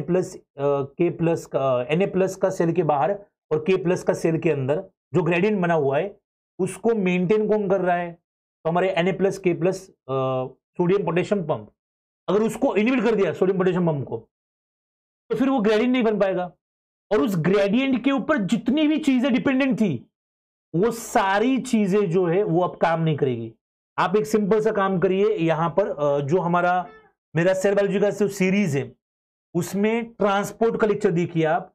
उस ट्रांसपोर्ट के लेक्चर में मैंने सोडियम पोटेशियम पंप को बहुत अच्छे से एक्सप्लेन किया है, और वहां पर ये मैकेनिज्म एक्सप्लेन किया है बहुत डिटेल में कि कैसे कार्डियक ग्लाइकोसाइड जो है वो वहां पर दिए जाते हैं, उनका ट्रीटमेंट कैसे होता है, कैसे यूज करते, वो सारा मैकेनिज्म मैंने आपको वहां पर अच्छे से एक्सप्लेन किया है। तो उस लेक्चर को आप एक बार इसी चैनल के ऊपर जाके एक्सप्लोर करिए, तो आप वहां से डिटेल में समझ में आएगा। क्लियर हो गया? Clear, okay, very good. लेखनी अग्रवाल, कौन सा क्वेश्चन करना है फिर से? श्वेता कह रही स्ट्रक्चर बना के बताइए। ठीक है, बता दे, कोई दिक्कत नहीं। वेलकम डिजिटलिस, ओके ओके, ठीक है। चलो इसका स्ट्रक्चर बना के बताना है। तो इसमें क्या डिफिकल्ट है, ये देखो ऐसा है। तो सपोज ये हमारा यहां पर ऐसा, ये सेकंड बी है। क्लियर? जब मैं सिर्फ पहले दोनों ट्रीटमेंट दिए, ई को R1 दिया है और मैंने कौन सा दिया है, बाम H1 भी दिया है, दोनों दिए हैं। ठीक है, अब क्या कर दिया, सबसे पहले मैंने EcoR से ट्रीट किया, मतलब दोनों दिए। सपोज EcoR ने कट लगाया और EcoR ने यहां पर कट लगाया एक। क्लियर? और EcoR1 की यहां पर एक साइट है तो यहां पर एक कट लगा। अब EcoR क्या करता है, एक 3.2 का और एक 3 kb का, तो एक बना ये वाला हमारा 3.2 kb का और एक बना हमारा 3 kb का। अगर आपको चाहिए तो मैं यहां पर ऐसे देता हूं, एक 3 kb का बना और एक हमारा 3.2 kb का बना। क्लियर? अब उसके बाद बाम H1 जो है उसका ट्रीटमेंट, मतलब वही दोनों भी है। सपोज पहले EcoR1 से कट लग गया, अब बाम H1 से कट लग गया। अब बाम H1 जो है एक कट यहां पर लगा रहा है, तो एक कट बाम H1 का यहां पर लग गया, तो बाम H1 ने एक कट जो है यहां पर लगा दिया। क्लियर? अब और एक कट जो है बाम H1 यहां पर लगा रहा है। बाम H1 जो है एक कट जो है यहां पर लगा रहा है। क्लियर? तो अब आप देखिए यहां पर अगर एक कट मिल रहा है तो 3 में से अगर आप यहां पर मतलब ये है तो यहां पर मान लो कि ये 0.4 का है। क्लियर? 0.4 का है तो 3 में से 0.4 गए तो पीछे कितने का बचा? 2.6 का बचा। और ये मानो 3.2 का है तो यहां पर एक अगर 0.8 का माने और एक जो है 3.2 से 0.8 गए तो ये कितना हो जाएगा हमारा? 2.6 सॉरी 2.4 प्लस 0.8 कितना होता है? 3.2 होता है ना। एक्चुअली इसको वाइस वर्सा करना चाहिए तो ज्यादा बेटर होगा। समझ गए? तो इतने सिंपल तरीके से आप इसको सॉल्व कर सकते हैं। यस श्वेता, तो स्ट्रक्चर बना के बताया यहां पर अच्छे से। Yes, welcome science and technology. Okay, हाँ मैं उसी की बात कर रहा था, सोमेन को भी वही बता रहा था। नहीं, उसके बारे में तो देखना पड़ेगा एक बार कि किस टाइप के क्वेश्चन है। एक बार आप प्रीवियस ईयर के क्वेश्चंस को देखिए तो आपको और क्लियर आइडिया आ जाएगा। क्लियर? चलो ठीक है, फिर आज के सेशन में हम इतना ही करते, बाकी जो है नेक्स्ट सेशन में बायोकेमिस्ट्री क्वेश्चन जो है हम वो डिस्कस करेंगे। तो you guys are most welcome and thank you so much. ज्यादा ज्यादा लेक्चर को लाइक करिए, चैनल को सब्सक्राइब नहीं किया तो सब्सक्राइब करिए, नोटिफिकेशन के लिए बेल आइकन को प्रेस करिए और very soon we are going to reach about 50K family. तो जल्दी से जल्दी फटाफट से सब्सक्राइब करो और लाइक करो, वीडियो के लिंक को शेयर करो और मैक्सिमम क्वेश्चंस की प्रैक्टिस की करने की कोशिश करो। चलो thank you so much guys, you are most welcome one and everyone. Thank you.